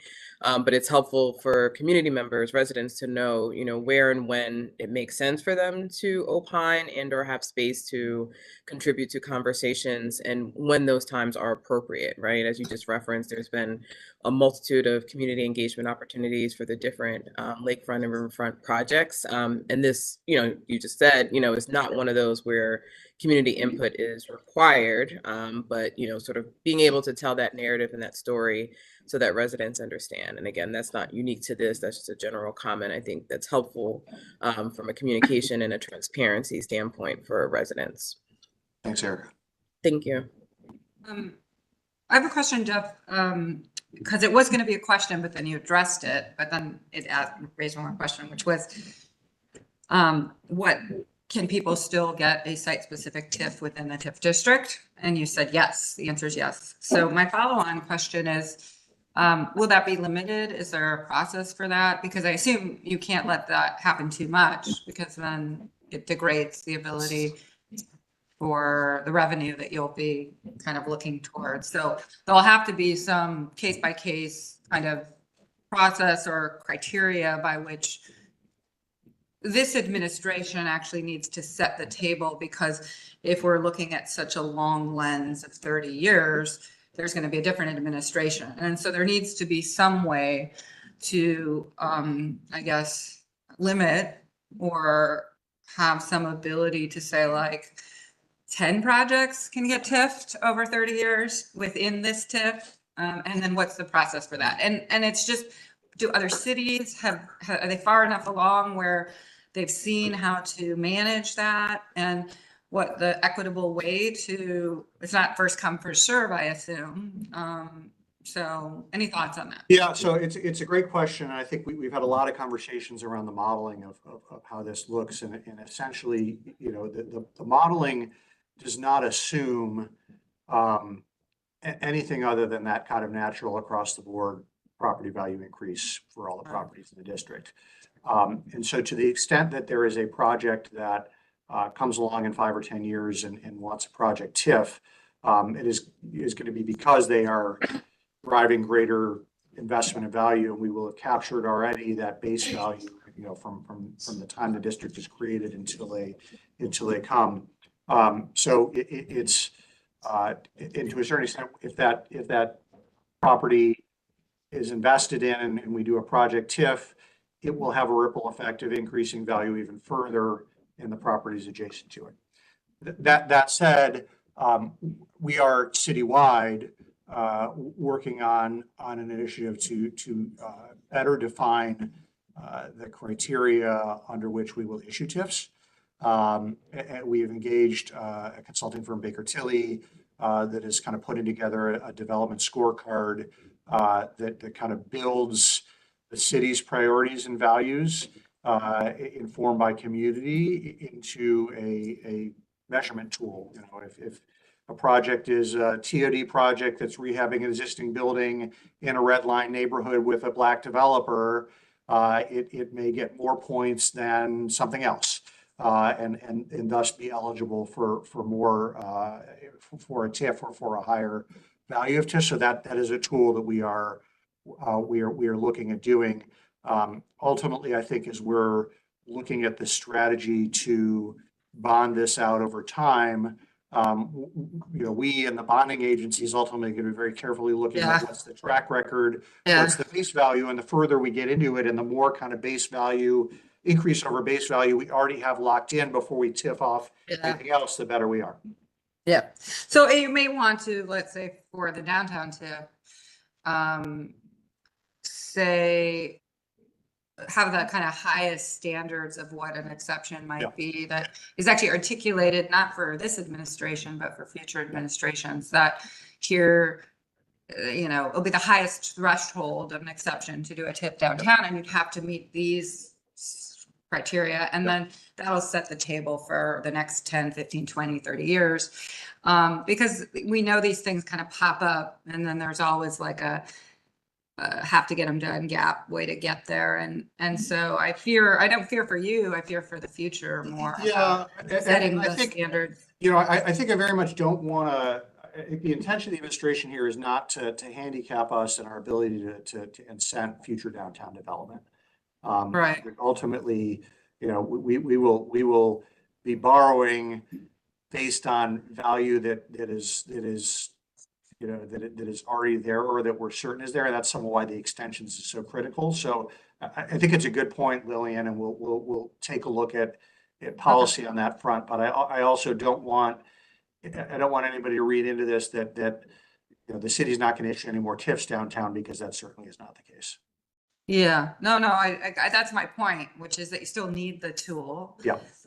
But you're right. It's not us. It's whoever's going to bond this thing who's going to say no more TIFs, and then you're going to have to negotiate. So the highest standards of how you set that is kind of, anyway, that's just my point. But I do think it's a wonderful tool, and I applaud you all for thoughtfully thinking it through, and also today making simple what isn't simple, but it was a very clear presentation, and so I thank you for that. Thanks. Madam Chair, I believe Commission Member McKnight wanted to share a comment. I was going to ask the same question Lillian just asked of. Okay, great. But it's really exciting to see a TIF, focused on public improvement rather than just one-off projects. I really commend the project. I would like to add one other thing related to Lillian's and Isabella's comments. Here's what I learned in my not so short time on this earth is there are always best practices. Never be afraid to ask others, and don't think you can do it all on your own. Because that's why there's folks out there who understand this stuff. I'm sure you guys are considering that, but sometimes when we as human beings get overwhelmed, we tend to shoot from the hip for whatever reason. Not implying that's why it happened, but it's I know you, Jeff. I know you're very thorough, but beyond you need to make sure that continuity exists. Awesome. Yeah, no, I appreciate that. And I think there's a lot to learn. We've had a lot of conversations with Columbus and Cincinnati and how they've modeled their policies. And we're going to be talking Kansas City on the TIFIA thing. We're working with a wide variety of stakeholders on this. But appreciate that. Yeah, absolutely. Thank you. So I will need a motion. Could I just add real quick, Madam Chair? This is kind of falls into the advice commentary area, so I'll make it brief. But I've received more calls about this from residents than I typically do for legislation, and most of it has really just been asking for clarification. I think people have heard of TIFs, and many people have kind of a sour opinion of TIFs because so many of them have been used for private development. So I think to Erica's point, I think people are having a tough time differentiating between like the Bedrock Plan, the Lakefront Plan, TIF extensions, and this. And since it's all happening in the same geography, I think people are viewing it as the kind of bits and pieces of the same thing, which is partially true, but not holistically true. I think, we're getting a call. Let's not accept that call. Can everyone still hear me? Yep. Okay. I think that as we're just maybe uncomfortable truth, but like if this area is like a square mile, give or take, I think the reality people across the city kind of know over the last number of years is the amount of private investment, the amount of public investment that's gone into this 1 square mile of Cleveland compared to the other 76 square miles is really beyond comparison. And I guess maybe with my bias as like I guess a bridge and tunnel councilman is it feels like there's in your average Cleveland neighborhood you really have to try that much more harder to justify why a project could be impactful because something happening at say like 130th and Bel Air isn't going to be transformative for the region but could be transformative for a neighborhood, right?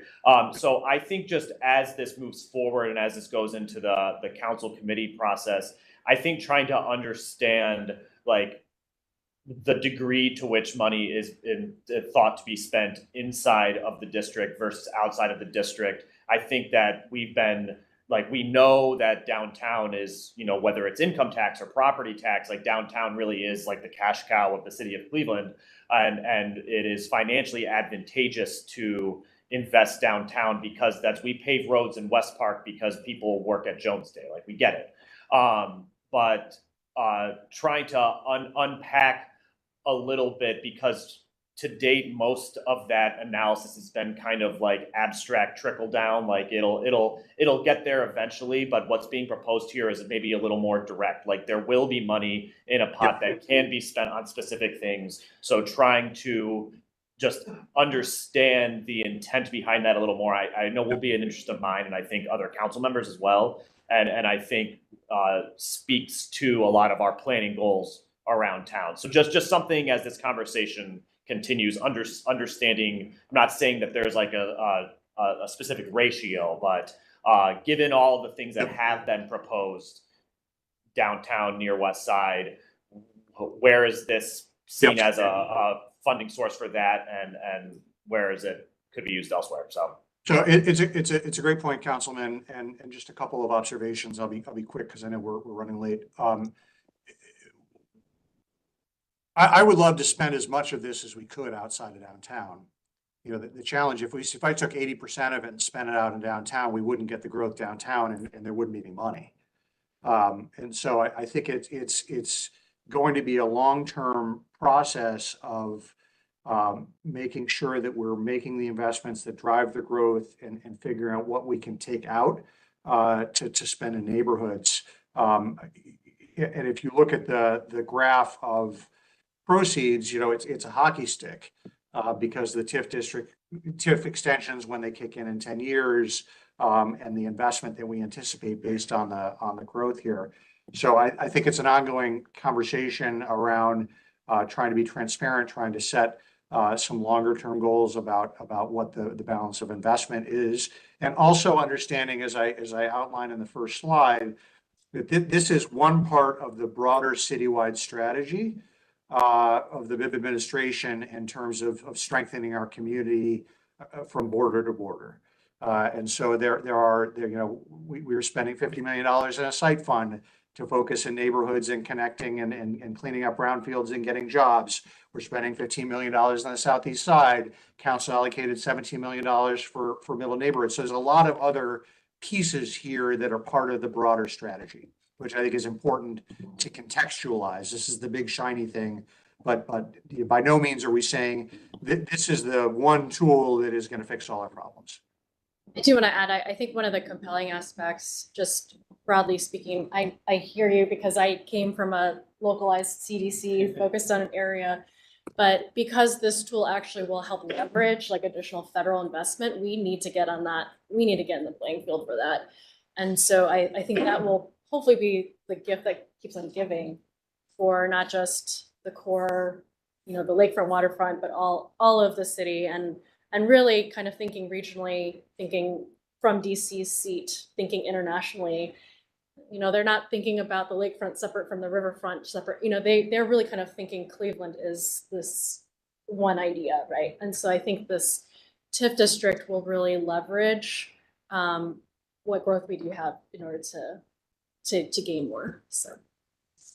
I apologize. We need to vote because it's afternoon and some of us have to leave. So, any other commission member questions or anybody wants to vote for this or make a motion? I'll make a motion to approve the ordinance. I think that's what we're looking for here.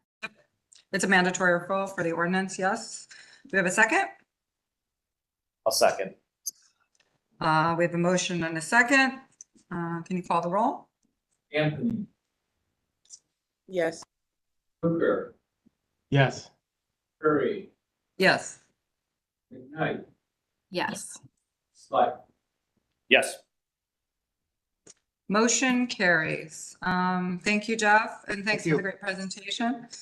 We are going to, once again, and Phil Kidd is going to not like this.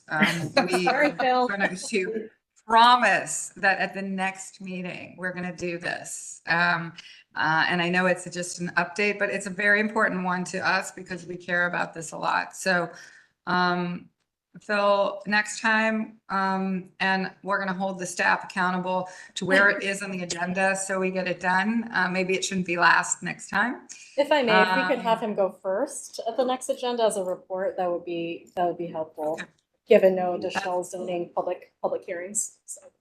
Okay. Okay. Thank you. Is there anything else on the agenda today? I have a very The quick director's report. Do you want me to Okay. fly through them? Yep. 30 seconds. If you could do it. Just Sure. maybe 5 minutes max. I will be shorter than 5 minutes. So really great news. By the end of the year, the city of Cleveland was awarded $2.3 million from DOT for Safe Streets for All. So we're very excited about this because this fund, Safe Streets for All, specifically around Vision Zero and dramatically reducing, pedestrian, bike, any car related crashes. So this specifically goes towards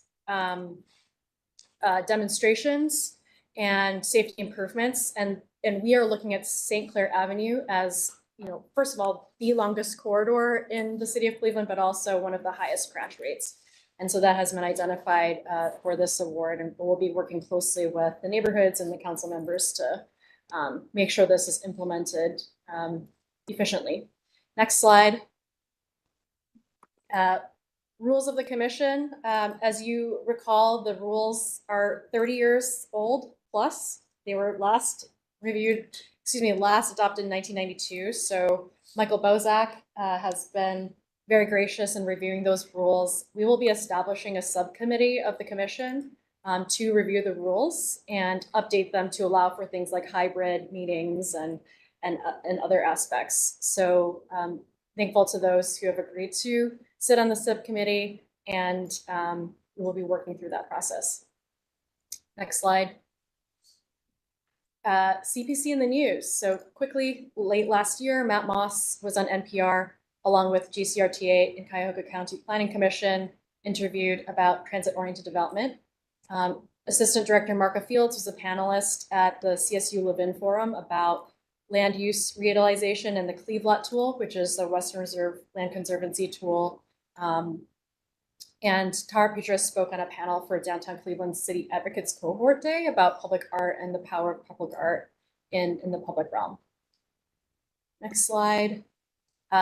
I wanted to officially welcome Nate Lull. I know we've seen him a few times for staff updates, but he is joining us as the Far West Neighborhood Planner, so we're thrilled about that. He grew up in West Park, so this is his like hometown planning assignment.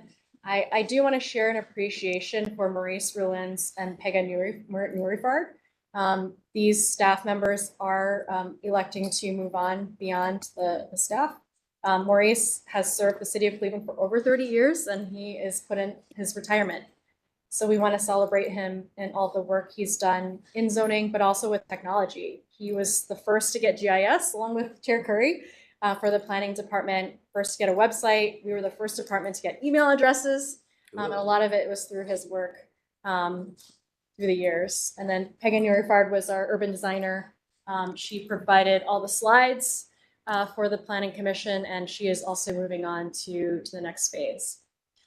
Finally, we do have a senior zoning planner job posted.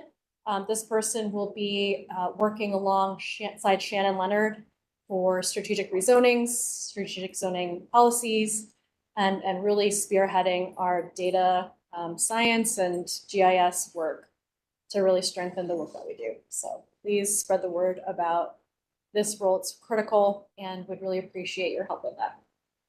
And that's it. Thank you. I think meeting is adjourned. Thank you all. And snow looks terrible. There's now about 6 inches. I can see about 6 inches out of my window. Oh my gosh. Be safe, driving Nothing. home. 6 Crazy. inches when I grew up? Are you glad you didn't come, August? No. Well, I'm glad I didn't come. So anyway, safe driving. Be safe driving home. You guys don't know what snow is. Drive through Buffalo. I have some pictures of Buffalo right now from my sister-in-law. It's crazy. All right, take care. Take care, everyone. Be safe. Yeah. Bye. Bye.